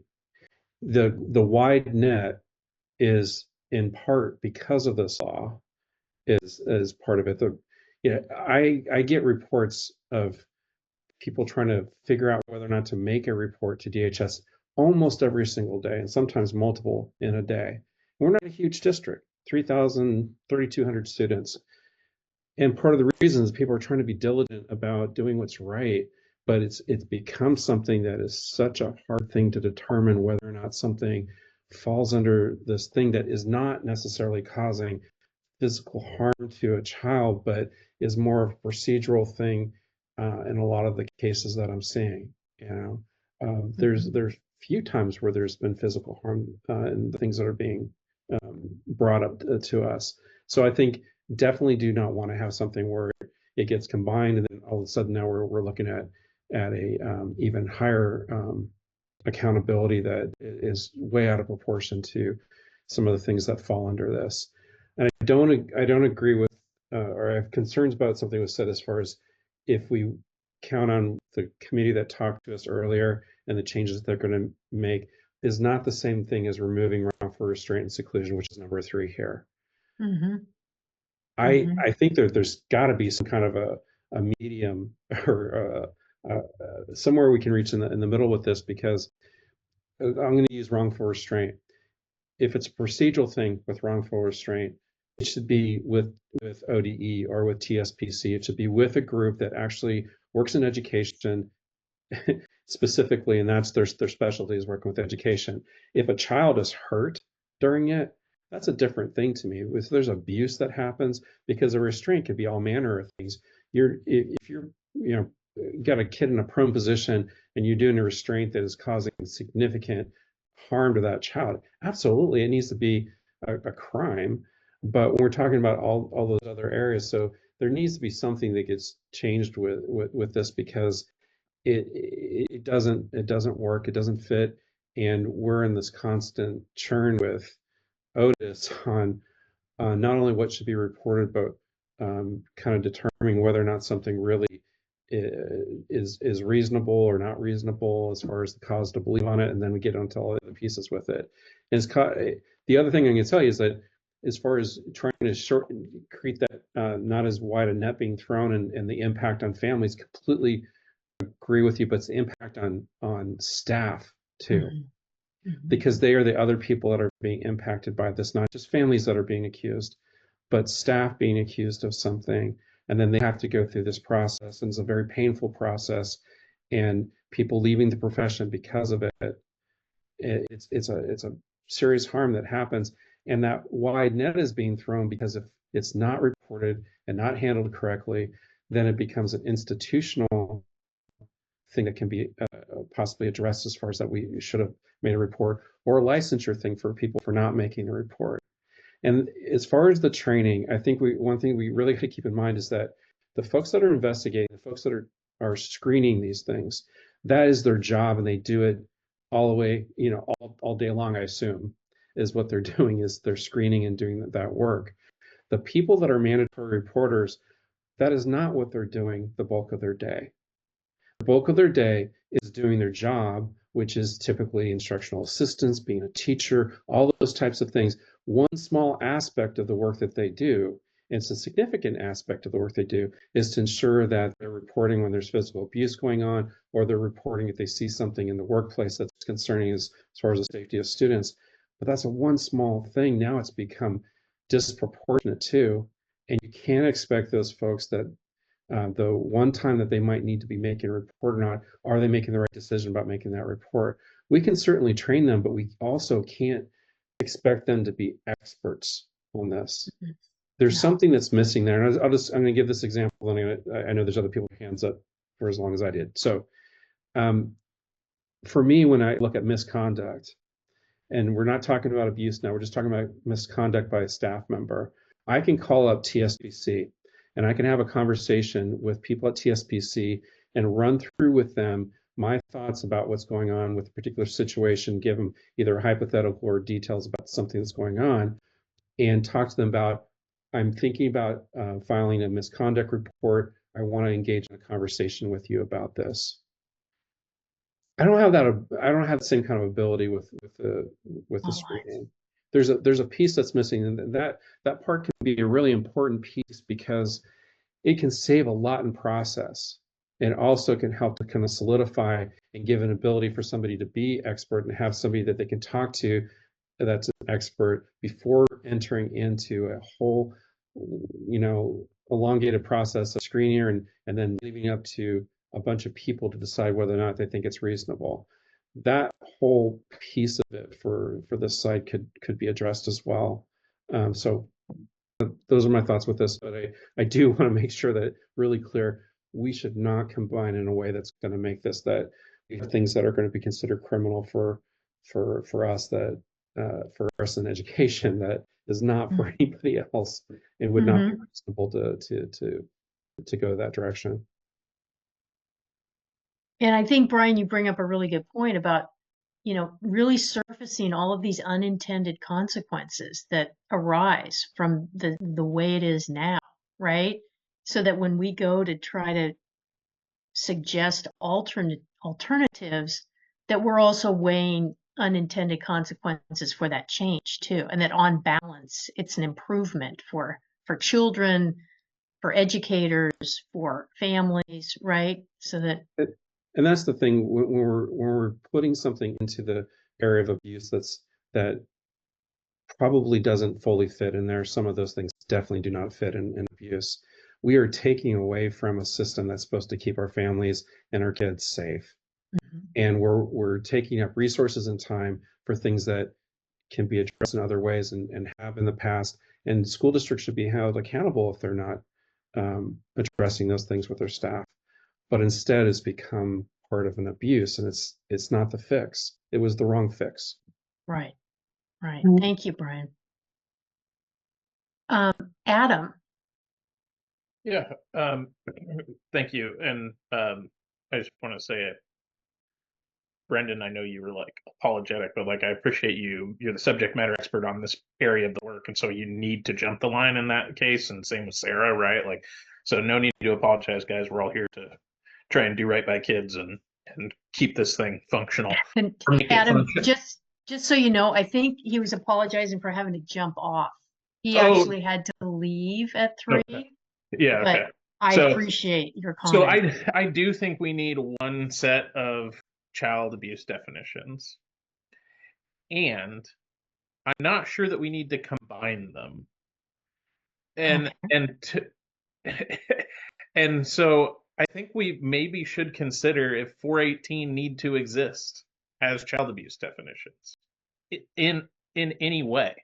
Yeah. Because they have only been child abuse definitions for 10 years, right? And like in Brian's example, right? Like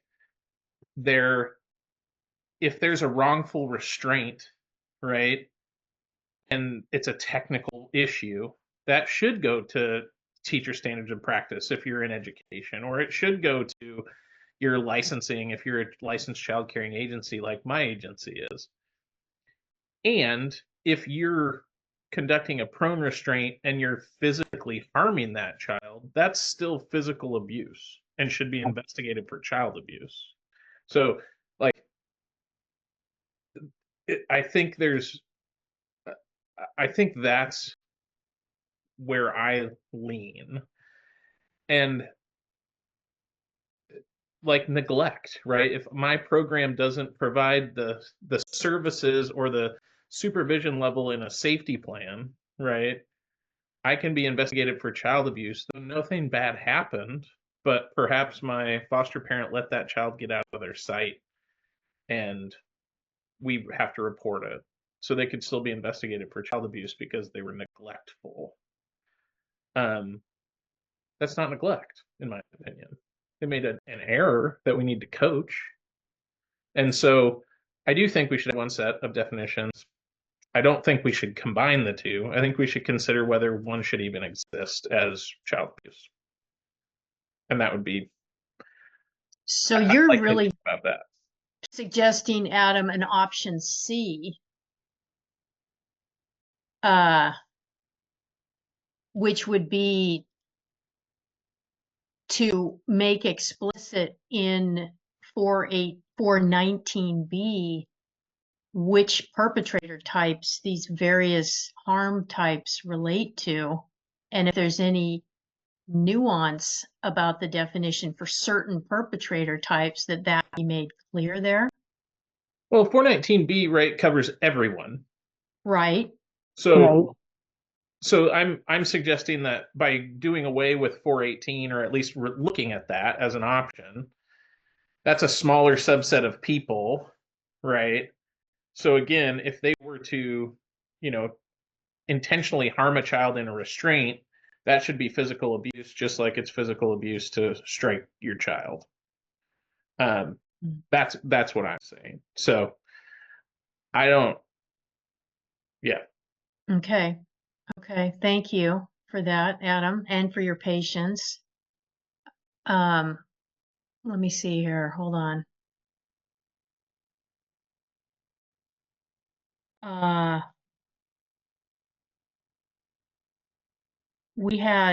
I see Brian.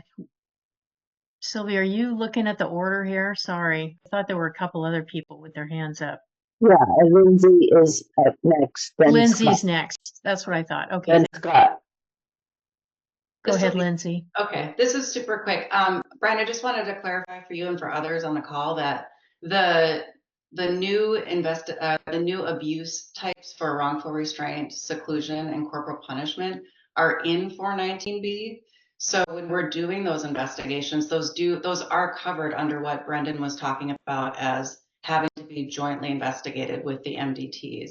I recognize they're not, because law enforcement is looking at those and determining they're not criminal for the most part, but I think that wasn't super clear when the conversation was happening. So I want to make sure that you're aware of that and that everyone is aware of that piece. Thank you, Lindsay. Scott. Actually, Brian was before me, so I want to give him opportunity. I think Scott was before me. Oh, all right. To kind of echo the possibility of maybe an option C that Adam brought up, I mean, as frustrating as it is for non-legal folks that have legal training, there might be a possibility of having 418 reference the definitions in 419B. We often do that with their living counsel will reference to other statutes, and so as defined by ORS blah blah blah blah. Like that's a possibility. That's very frustrating for non-legal types because it means going through different chapters in the statutes. But that might be a possibility. It's kind of to build on option C that Adam brought up. And I also just wanted to echo how much crossover there is, because for people that are working in childcare facilities and schools, like there's a lot of crossover where someone might be a teacher one moment in their life and then become a childcare provider later on. And so I've definitely encountered situations where people are applying for work in childcare where they're in our background check system and their history, working at a OYA facility or working at a school, it continues on with them. And so that's definitely have an impact on them. And I think a lot of folks don't understand like how much their history can follow them along as things go. So I think this is something that is very critical as people that want to continue working with children just in different forms and fashions, have that change in their professional life as they move along. So I think it'd be really, really critical to kind of get that in perspective as we talk about these definitions. Thank you, Scott. Brian. I just want to say one other thing as far as going back to the idea of removing wherever it needs to, every place that needs to be removed as far as the wrongful restraint or wrongful seclusion or how it needs to be amended. is that the other side of it is if it gets handed back to school districts primarily, as far as I'm talking about schools now, I know I'm not thinking about the other care facilities, but the school districts have to have an ability for higher accountability though too. That's one of the things that is difficult, is that we're placed in a situation where we have staff, and I brought this up I think last time or the time before, as far as this grooming behavior, for example. Grooming behavior doesn't have enough teeth to it as far as for us to be able at this point to do the things that we would want to do with boundary issues and grooming behaviors that happen in schools.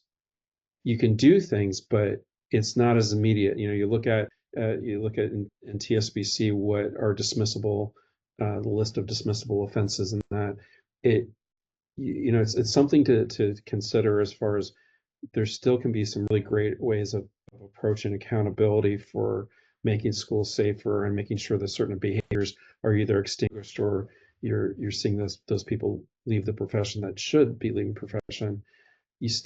There's some supports in there and making that easier to make sure that there are serious consequences for when people do step over that line in significant ways. And that was just something I think we need to kind of advocate for, because there's more than one route to creating safety within the schools. And the route does not have to be about making many things abuse. Losing your position, or having the possibility of losing your position, or having a significant disciplinary measure taken with you is another route that is something that should be looked at. Okay. Sarah? Yeah, I appreciate you bringing that up, Brian, because I think that is one example of a variety of things in Oregon that there are cracks in the system, right? And the answer over the last 10 years has been, well, let's just legislate that the Department of Human Services will investigate that, or the Department of Human Services will take care of that. So, I mean, our other committee, our sister committee, has some of the similar issues around there are gaps in the child serving system for kids who have some behavioral needs. And currently, because those gaps are there, it all comes to us to decide whether to investigate as abuse or not. And I'm talking about one child abusing another child, not children being abused. And this is just another example of that. If the standards for teachers don't give you the ability to address inappropriate grooming behaviors, well, that doesn't mean that it should be named child abuse so that this agency over here, namely ODHS, can investigate it as abuse. Isn't that really more something that the system should go, hey, maybe we should do something about the standards for teachers?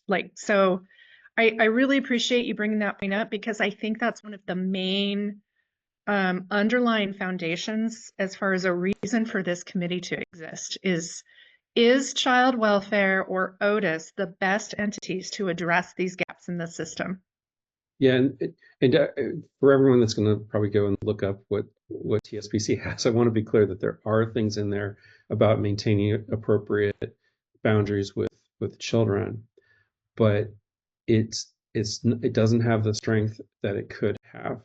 And I give you an example. Going back to the grooming behaviors, there are a number of grooming behaviors that would not hold up if we went to the Fair Dismissal Board and said that this was concerning enough for this person to be dismissed, and they would say, nope, you got to have something more.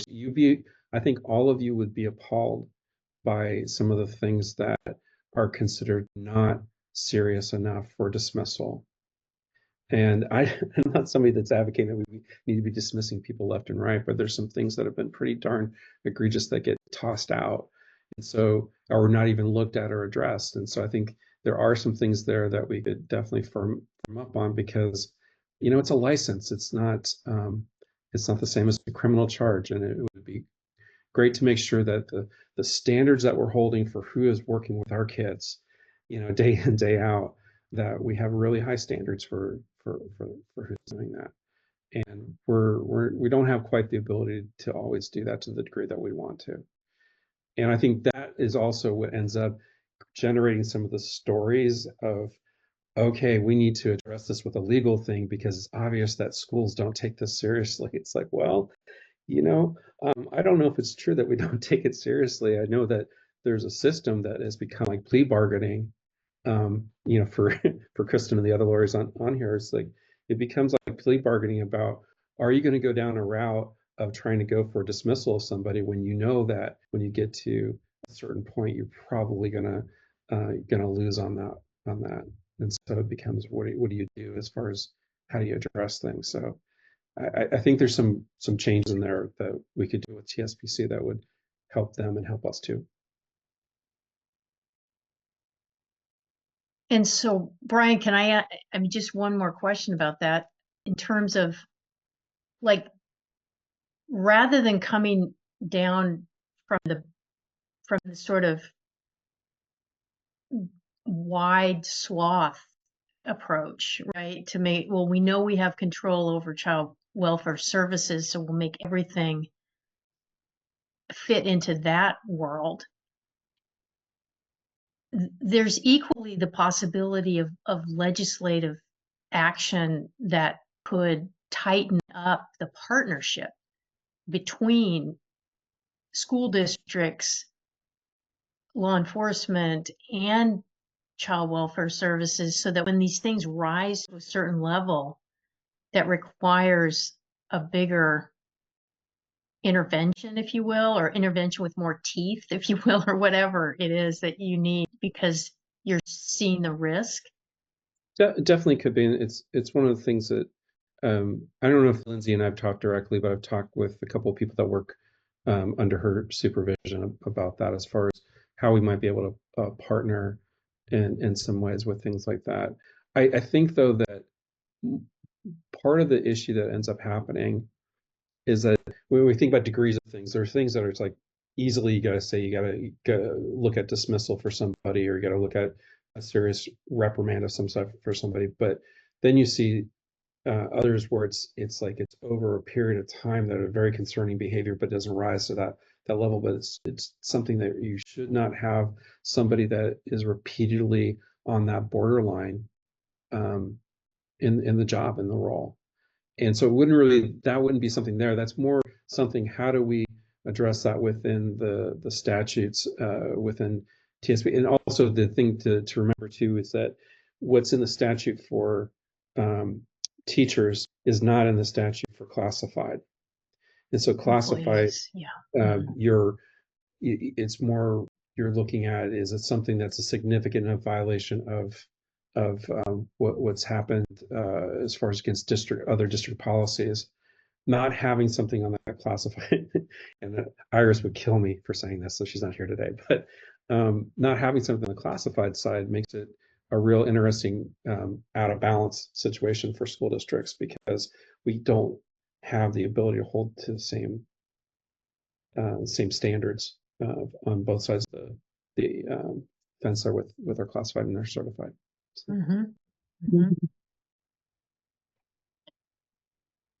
Okay. So I think some of the things that Sarah was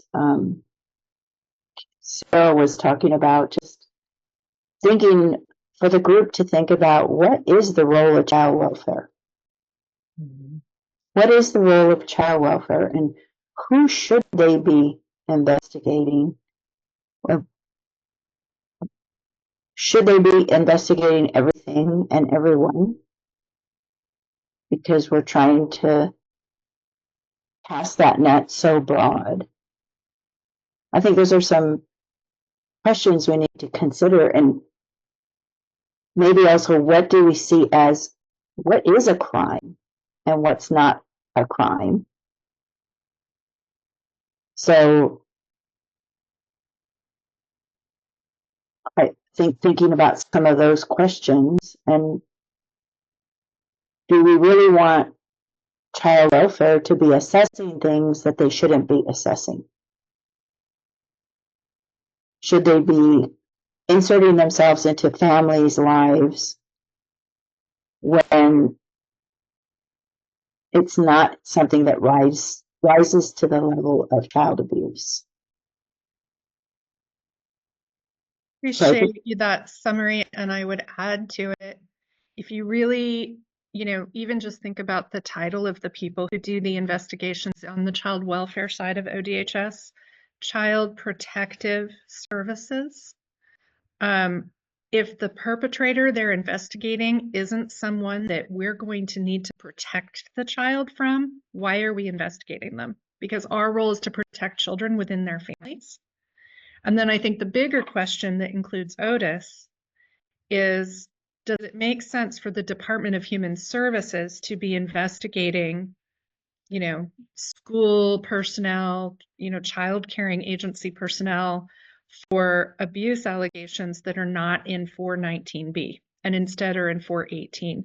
And I would remind everyone that 418 includes a whole lot of abuse definitions that have nothing to do with wrongful restraint and wrongful seclusion. And it sounds like no matter what we do with 418, those can still be in 419B. There's a different definition of neglect that goes above and beyond the 419 definition. There's a different definition of physical abuse that goes above and beyond the 419 definition. There's financial exploitation, abandonment.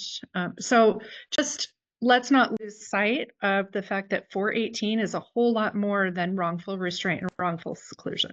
Mhm. Right. Mhm. And maybe even doing that analysis, because I mean, we're partway there, right? By Sylvia's exercise of kind of bringing these two things together and doing a side-by-side comparison, but to extract out that part that is 418 only, right? And has no has no related content in 419B could be very useful for the committee to see overtly, right? Mm-hmm. Amelia. Hi, all. I'm usually a person who likes to sit back a bit and think on these things, and so I may regret speaking out this early in my thought process, but I feel like everything that I'm hearing from you all is like eliminate and reduce and like minimize the role of child welfare. And I just, from my side of things, I am seeing so many times where kids are falling through the cracks and there literally is no one else to pick up, the pieces. And that, like one of the things that kind of, that I thought about when this legislation that created our committees was first proposed was that, like, we have DHS saying, hey, we don't want to investigate these certain types, like the problematic sexual abuse, right? And yes, I agree, there's got to be a better way to do that. But right now there isn't. And so then if you just say, okay, we can't take care of those things, like DHS is not going to have that in their scope, where does it go? Who helps those kids? And, I'm in a county right now where there's a lot of scandal going on around educators and their behaviors towards children. And when you are talking about like reducing or eliminating, I would say everybody in my community right now would probably be telling you, no, we want more. We want more restrictions. We want more accountability. I mean, we have like a large contingent of folks at our mayor-elect who were talking about wanting to criminalize failure to mandatory report. And like, I mean, that's a whole different, question. But, my community is very much in this place of, wanting more accountability and more restrictions. And, I don't know mentally where I necessarily fall on all of that, because I think there's a lot that's come up today that I need to process. But I wanted to speak up and be a voice in the room and say, like, there are places here where we need to increase, and there are places here where we need to be really careful about if we remove the authority or the obligation, then what happens? to those kids. So, Amelia, I hear you saying don't make change just based on the unintended consequences of the status quo alone, but make sure we bring forward the original need that is trying to be addressed, or the gap that's trying to be filled in the safety net for children. Yeah. Correct? So those two things together have to be met by any proposal that we might make. And I think there's also a part of me that's leaning on, like, yes, I know there's going to be so many complications with anything that we change, right? I know that, like, even if we just changed a the to an a, there's going to be like a chain reaction, you know, that happens. But we're not necessarily tasked with implementation or you know, what this is going to look like when it actually goes through and maybe or maybe not passes into a bill. But our task is really to look at what are those best practices, what are the recommendations that we have, and then, you know, hopefully we get to be a part of that implementation discussion, but that might be in the hands of other people. And so really, when we're looking around at like what other states are doing and what we want for our state, like I would like us to go ahead and keep aspirational in mind, right? Like, what do we want for our kids? Like, yeah, we don't want the unintended consequences of chasing educators out of our system, for sure. Like, that's something that terrifies me all the time. Like, we don't need to be, you know, criminalizing a potential mistake, right? But I definitely think that we need to think about what's in the best interest of these kids. Like, what do the kids in Oregon need? And from my perspective, they definitely need more support and more protection. And they're not getting that in the current system. Thank you, Amelia. And Sarah. Yeah, I appreciate that. And I really couldn't agree more with what you mentioned about the gaps and children falling through the cracks. I think, you know, as you suggested as well, the answer has been, well, because there isn't anything, let's just have child welfare do it. But child welfare isn't set up to do it. And so we're not successful at it. And it's not, oh, we don't want to do this. It's, we aren't equipped to do this. Our staff aren't equipped to do this. We don't have the ability to create services.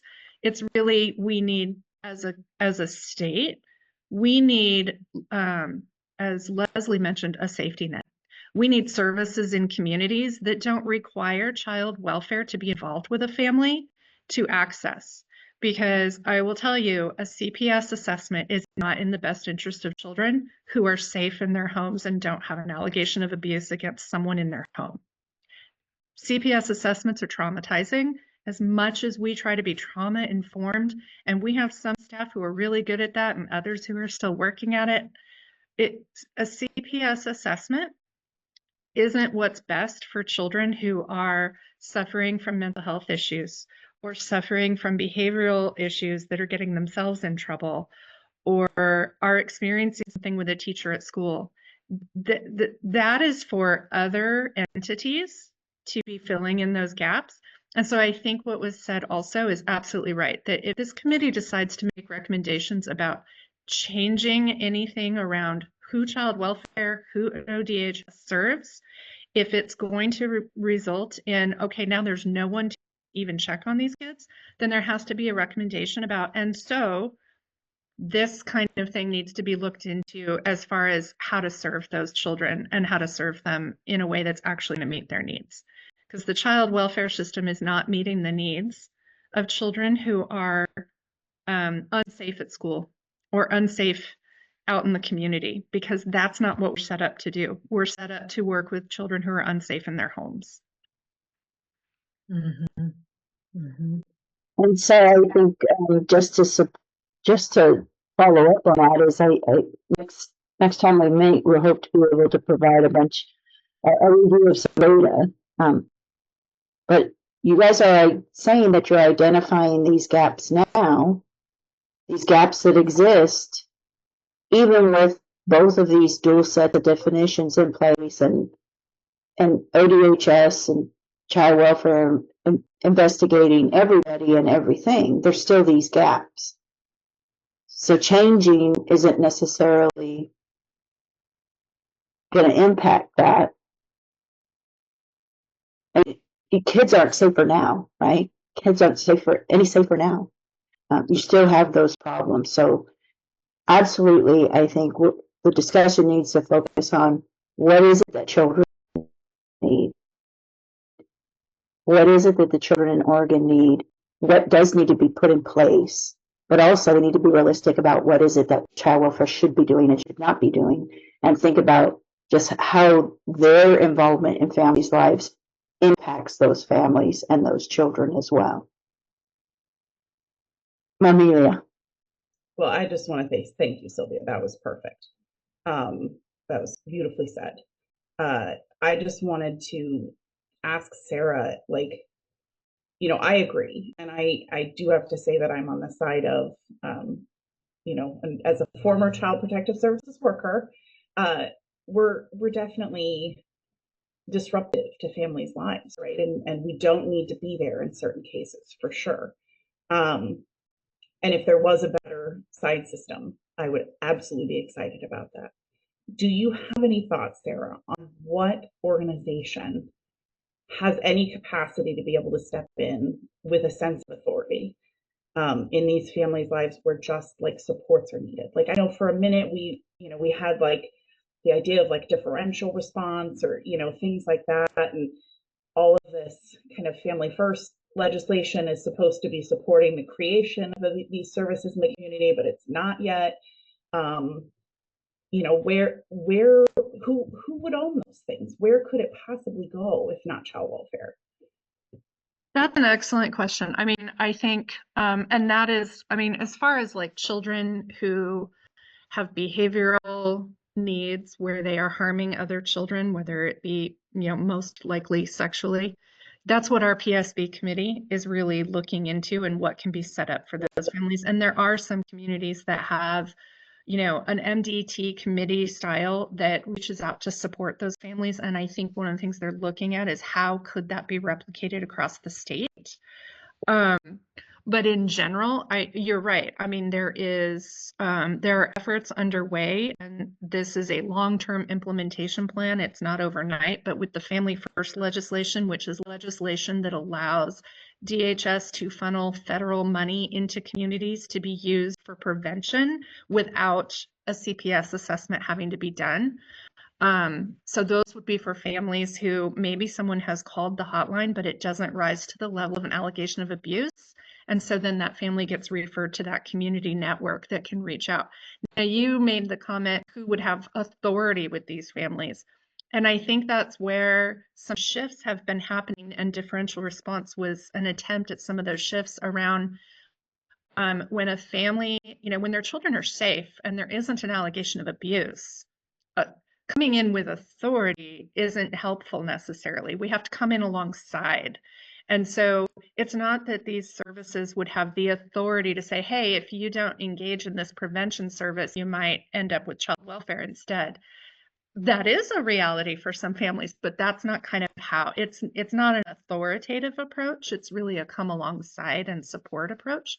And that's in process. And so I think if you all want to start, you know, better understanding what's coming down the pike for prevention, we could absolutely get more information for you on that. And you could consider making recommendations around, hey, if you're going to change some of these definitions, or if you're going to limit who child welfare assesses or who OTIS assesses as an alleged perpetrator, those alleged perpetrators still need to be addressed or held accountable, or if their children supported in some way. And so you need to come up with other ways to do it before you make this shift. Does that make sense? I just wanted to clarify, when I mean authority, like, I definitely agree. We don't need to be coming in, but like, we also can't, like, as community service organizations, I can't just be making cold calls to a family, right? And being like, hey, I heard that you have this problem. Right. So like, there has to be some, like, maybe it comes from public health or something and they make the call, but like, there has to be some sort of like reason for that service to be offered in the first place. Yeah, that makes total sense. So some of the early prevention work, some of it has already been in place and is being expanded upon, includes, I'll give you the example where we're going to be piloting it soon. Portland Child Levy, for some time has had services in zip codes within Portland, the city of Portland, where if we receive a report and we close it at screening, under certain criteria, we can refer that to an organization called LifeWorks, who then reaches out to the family and offers services. And we are expanding that and exploring expansion, hopefully eventually across the state for something like that. So that's where that authority would come from. These families might still very well be called into the child abuse hotline, but when we assess whether or not it meets the definition of abuse, and when we say it doesn't, it's a closed at screening. It's not just documented as a closed at screening somewhere and the family is still just out there not receiving any help. They would get referred for a prevention service. So that's the hope and the dream, and we're starting a pilot on that next month at the hotline. Does the hotline notify the family that a report's been made and they're making a referral, or how does that work then when the folks at the community service organization call the family? Like, what do they say? They tell them that a call of concern came into the child abuse hotline, but it's not being investigated. They don't get a copy of that report. They're just told there was one.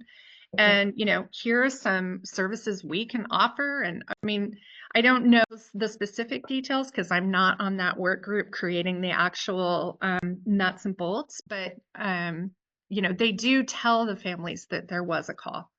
And then if the families want to know more, they can always make a records request with us to see, well, what was reported about me? Of course, they won't get to see who made the report, but they can make a request to see, well, what was reported? And that would be the type of thing, Amelia, that we could certainly reach out to Chapin Hall and see what on a national level has been gathered in terms of effectiveness, because there's many, many different models of that kind of a prevention handoff, warm handoff to the community, all that stuff. And it would be really interesting to see the impact of those for this very gap that you're talking about. Yeah, right? I was thinking about Texas, and they actually have a system where like all of their screening calls, whether they're closed or not, and I can't remember how it goes, but I saw a presentation at a conference that they all get routed through the child advocacy centers for interesting outreach for, you know, like, oh, now it's going to go to the child advocacy center to schedule the medical exam first before it goes through. Like, again, I don't know all the details, so maybe that's something that Chapin Hall could help us with. But I know there are other state systems where those closed at screenings and things get routed differently to family resource centers, to all kinds of. I don't know that the CSCs in Oregon could handle the influx of all of That's these. interesting. Yeah, they have to have a strong network of those. Yeah.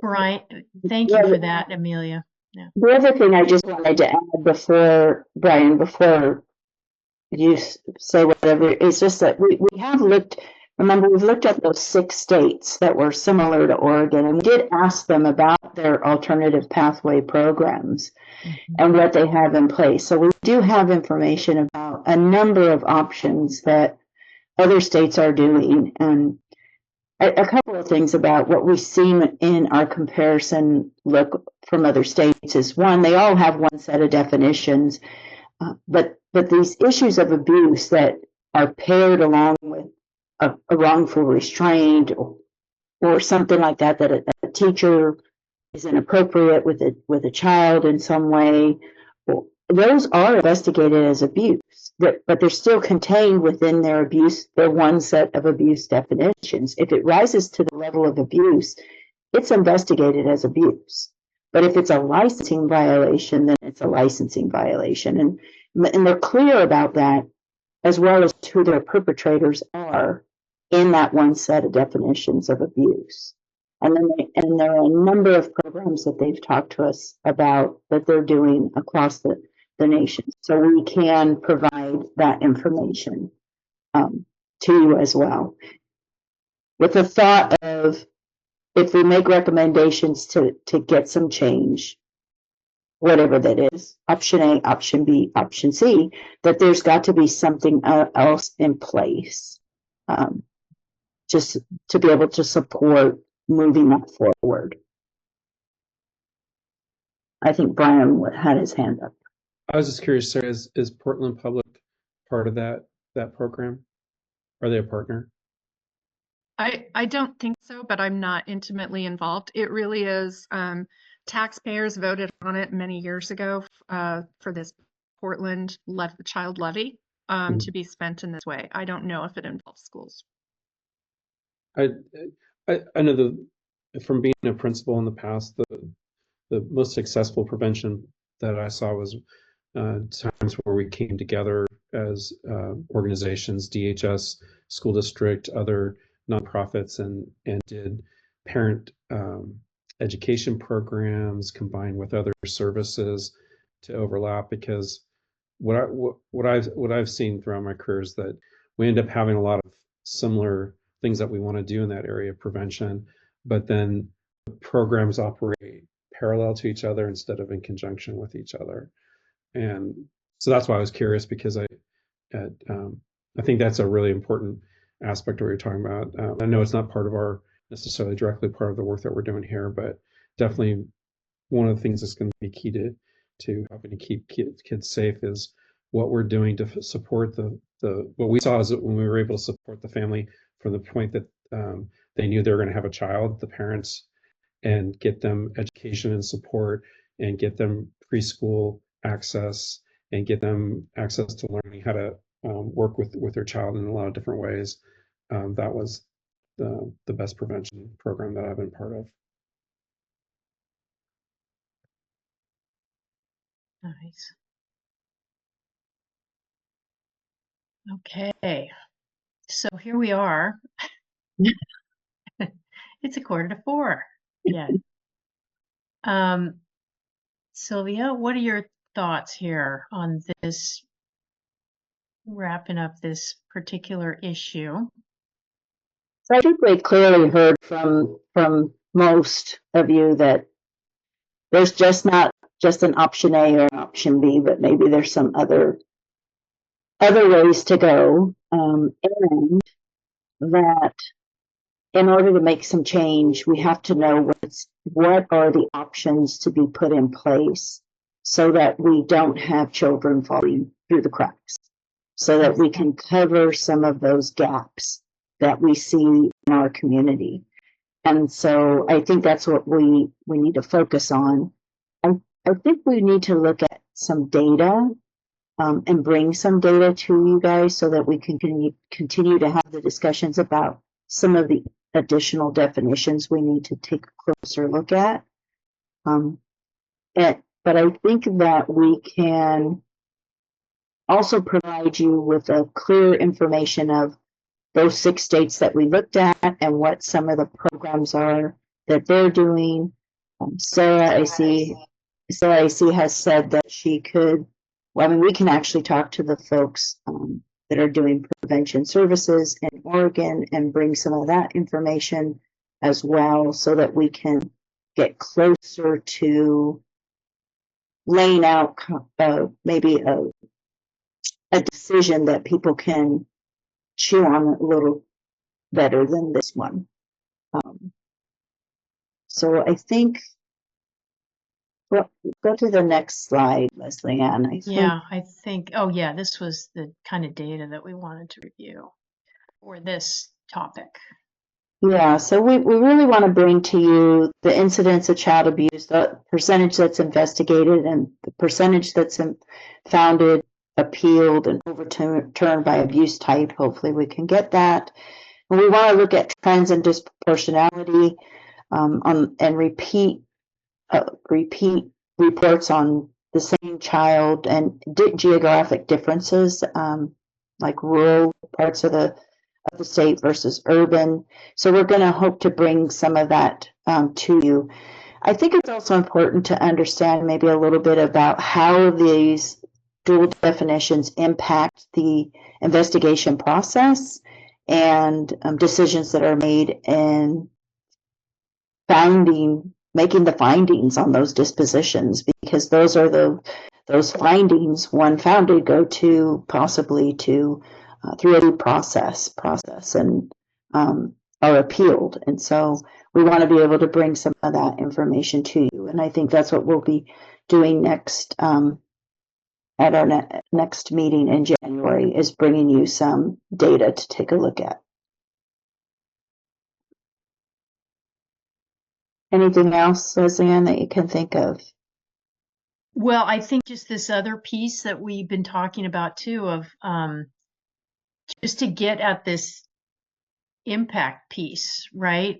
Of the status quo to some degree, right? Of trying to do a little bit of surveying or outreach to, you know, care providers, you know, resource parents, you know, front end staff, sort of getting a better sense of how our people, you know, what is the need that needs to be addressed right now, and what are some of those unintended consequences of what we're trying to resolve here around these definitions and other issues, right? We're contemplating the timing of that kind of an outreach to those populations, because there may be multiple things we would want to ask certain groups across our scope of work, not just around definitional things, but around due process, or around, alternative pathways, or some of the other things that we're trying to contemplate here. And so we want to be thoughtful about how we design that and raise those questions.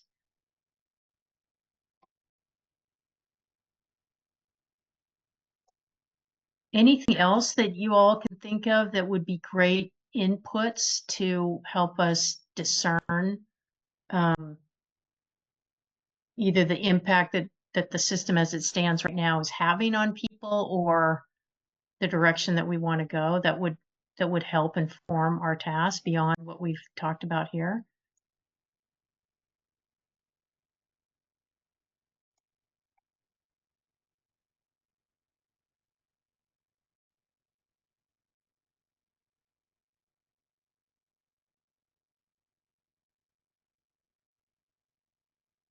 I'm not seeing anybody. Yeah. Well, I think if you do think of folks we should be speaking with, information that you think would be helpful for you to have in order to feel clear about what it is that you think Oregon should do in relation to these areas that we're looking at, please let us know so that we can look into that.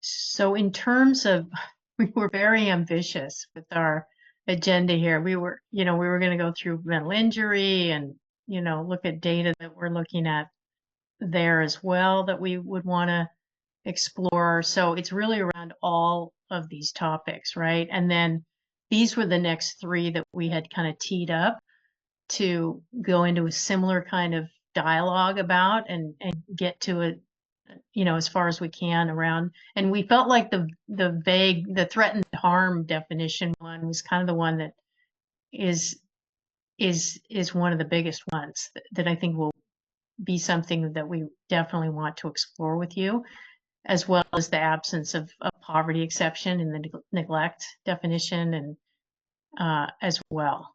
And we have time that we're going to be meeting with the other committee to see where they are on their complex sexual behavior group around this child-on-child sexual abuse topic, which is definitely overlapping between the two committees. So we want to start with these first two first with this group next time. Okay, so again, it's hard to fit all this into, our 3-hour meeting, but if I can I put them all in here because I was trying to be ambitious, but for our next meeting,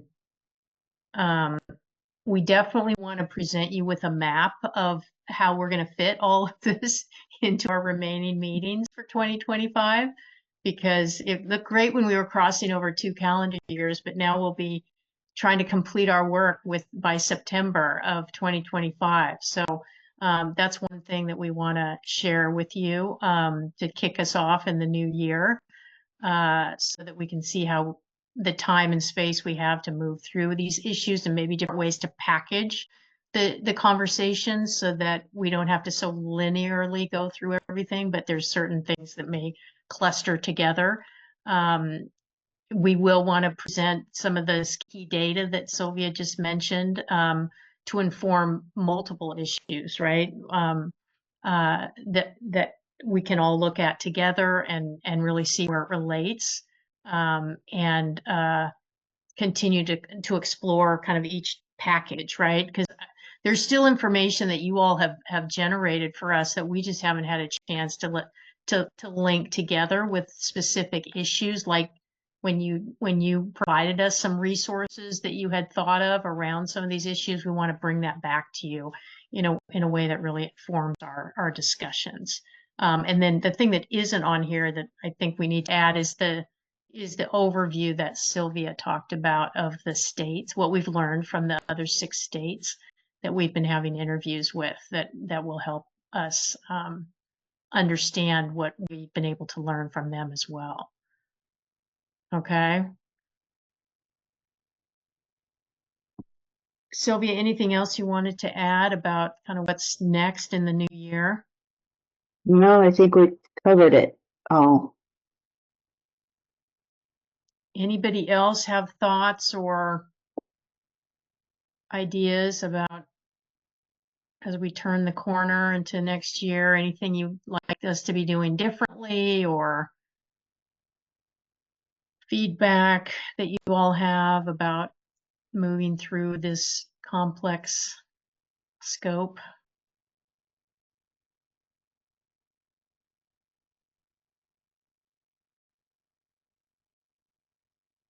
This is Brendan. I have one. Yes.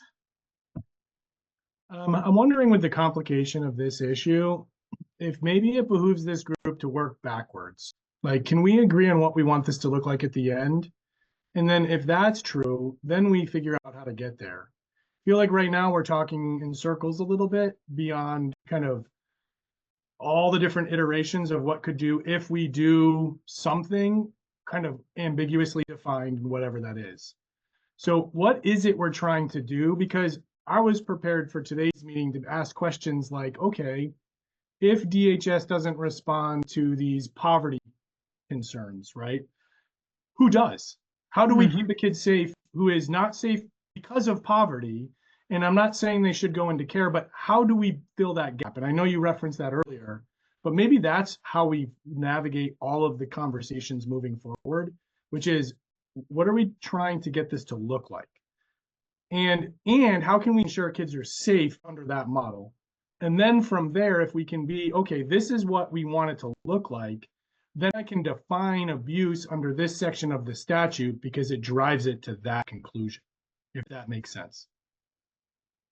And the Brendan, that you're referring to, what we want it to look like, what do you mean there? The scope of DHS's jurisdiction. Okay. I fundamentally don't think we agree on whether or not DHS should be a huge checking agency on making sure kids are safe, or a more narrow targeted entity. And that's a fundamental disagreement when we're going to talk about what is the scope of jurisdiction. So until we know and can reach agreement around what that looks like, I'm not sure really it's worth talking about systems on how to get there. And I think, yeah, while you were out, we started to touch on that a bit. So that's great. I'm glad that loops back around to something that will make sense going forward. Brian.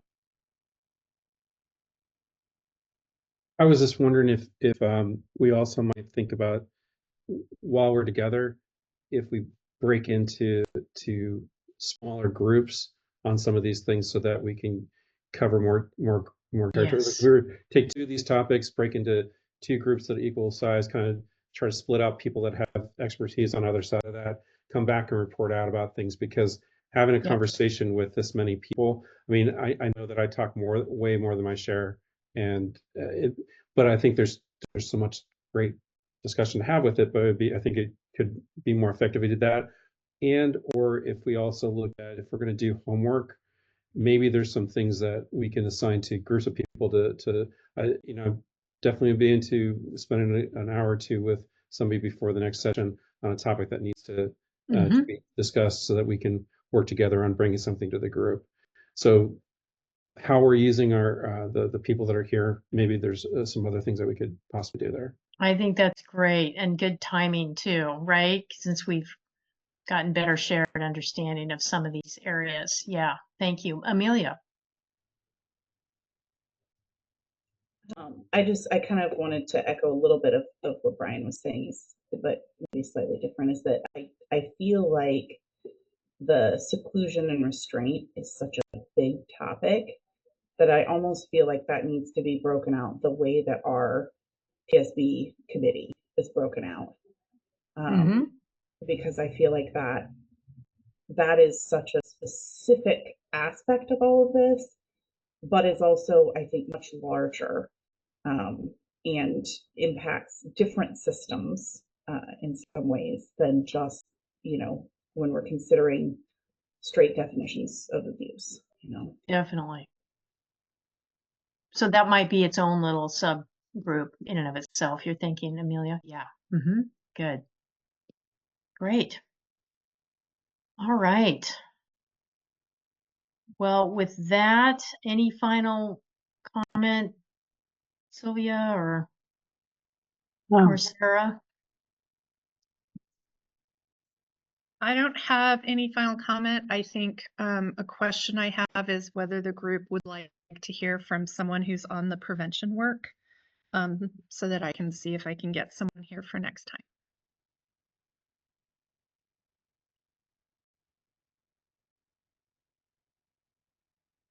I mean, I think being able to get some information about the prevention work would be great. Whether I'm only hesitating about a guest speaker just because of the time it soaks up out of our committee meetings. But is there interest, at least across the group, to think about knowing more about what's happening with respect to prevention in Oregon right now?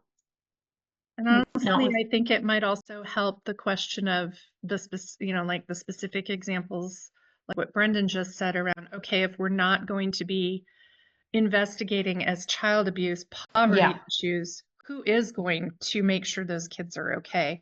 And I think that the prevention, the premise behind the prevention work gets at that.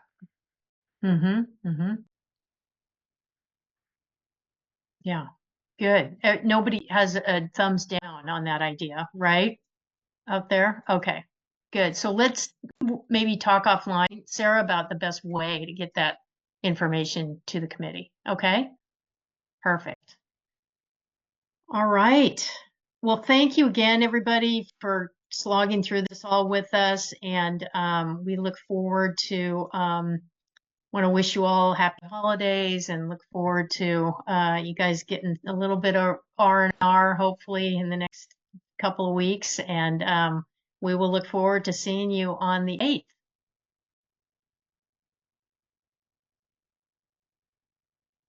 All right, thanks everyone.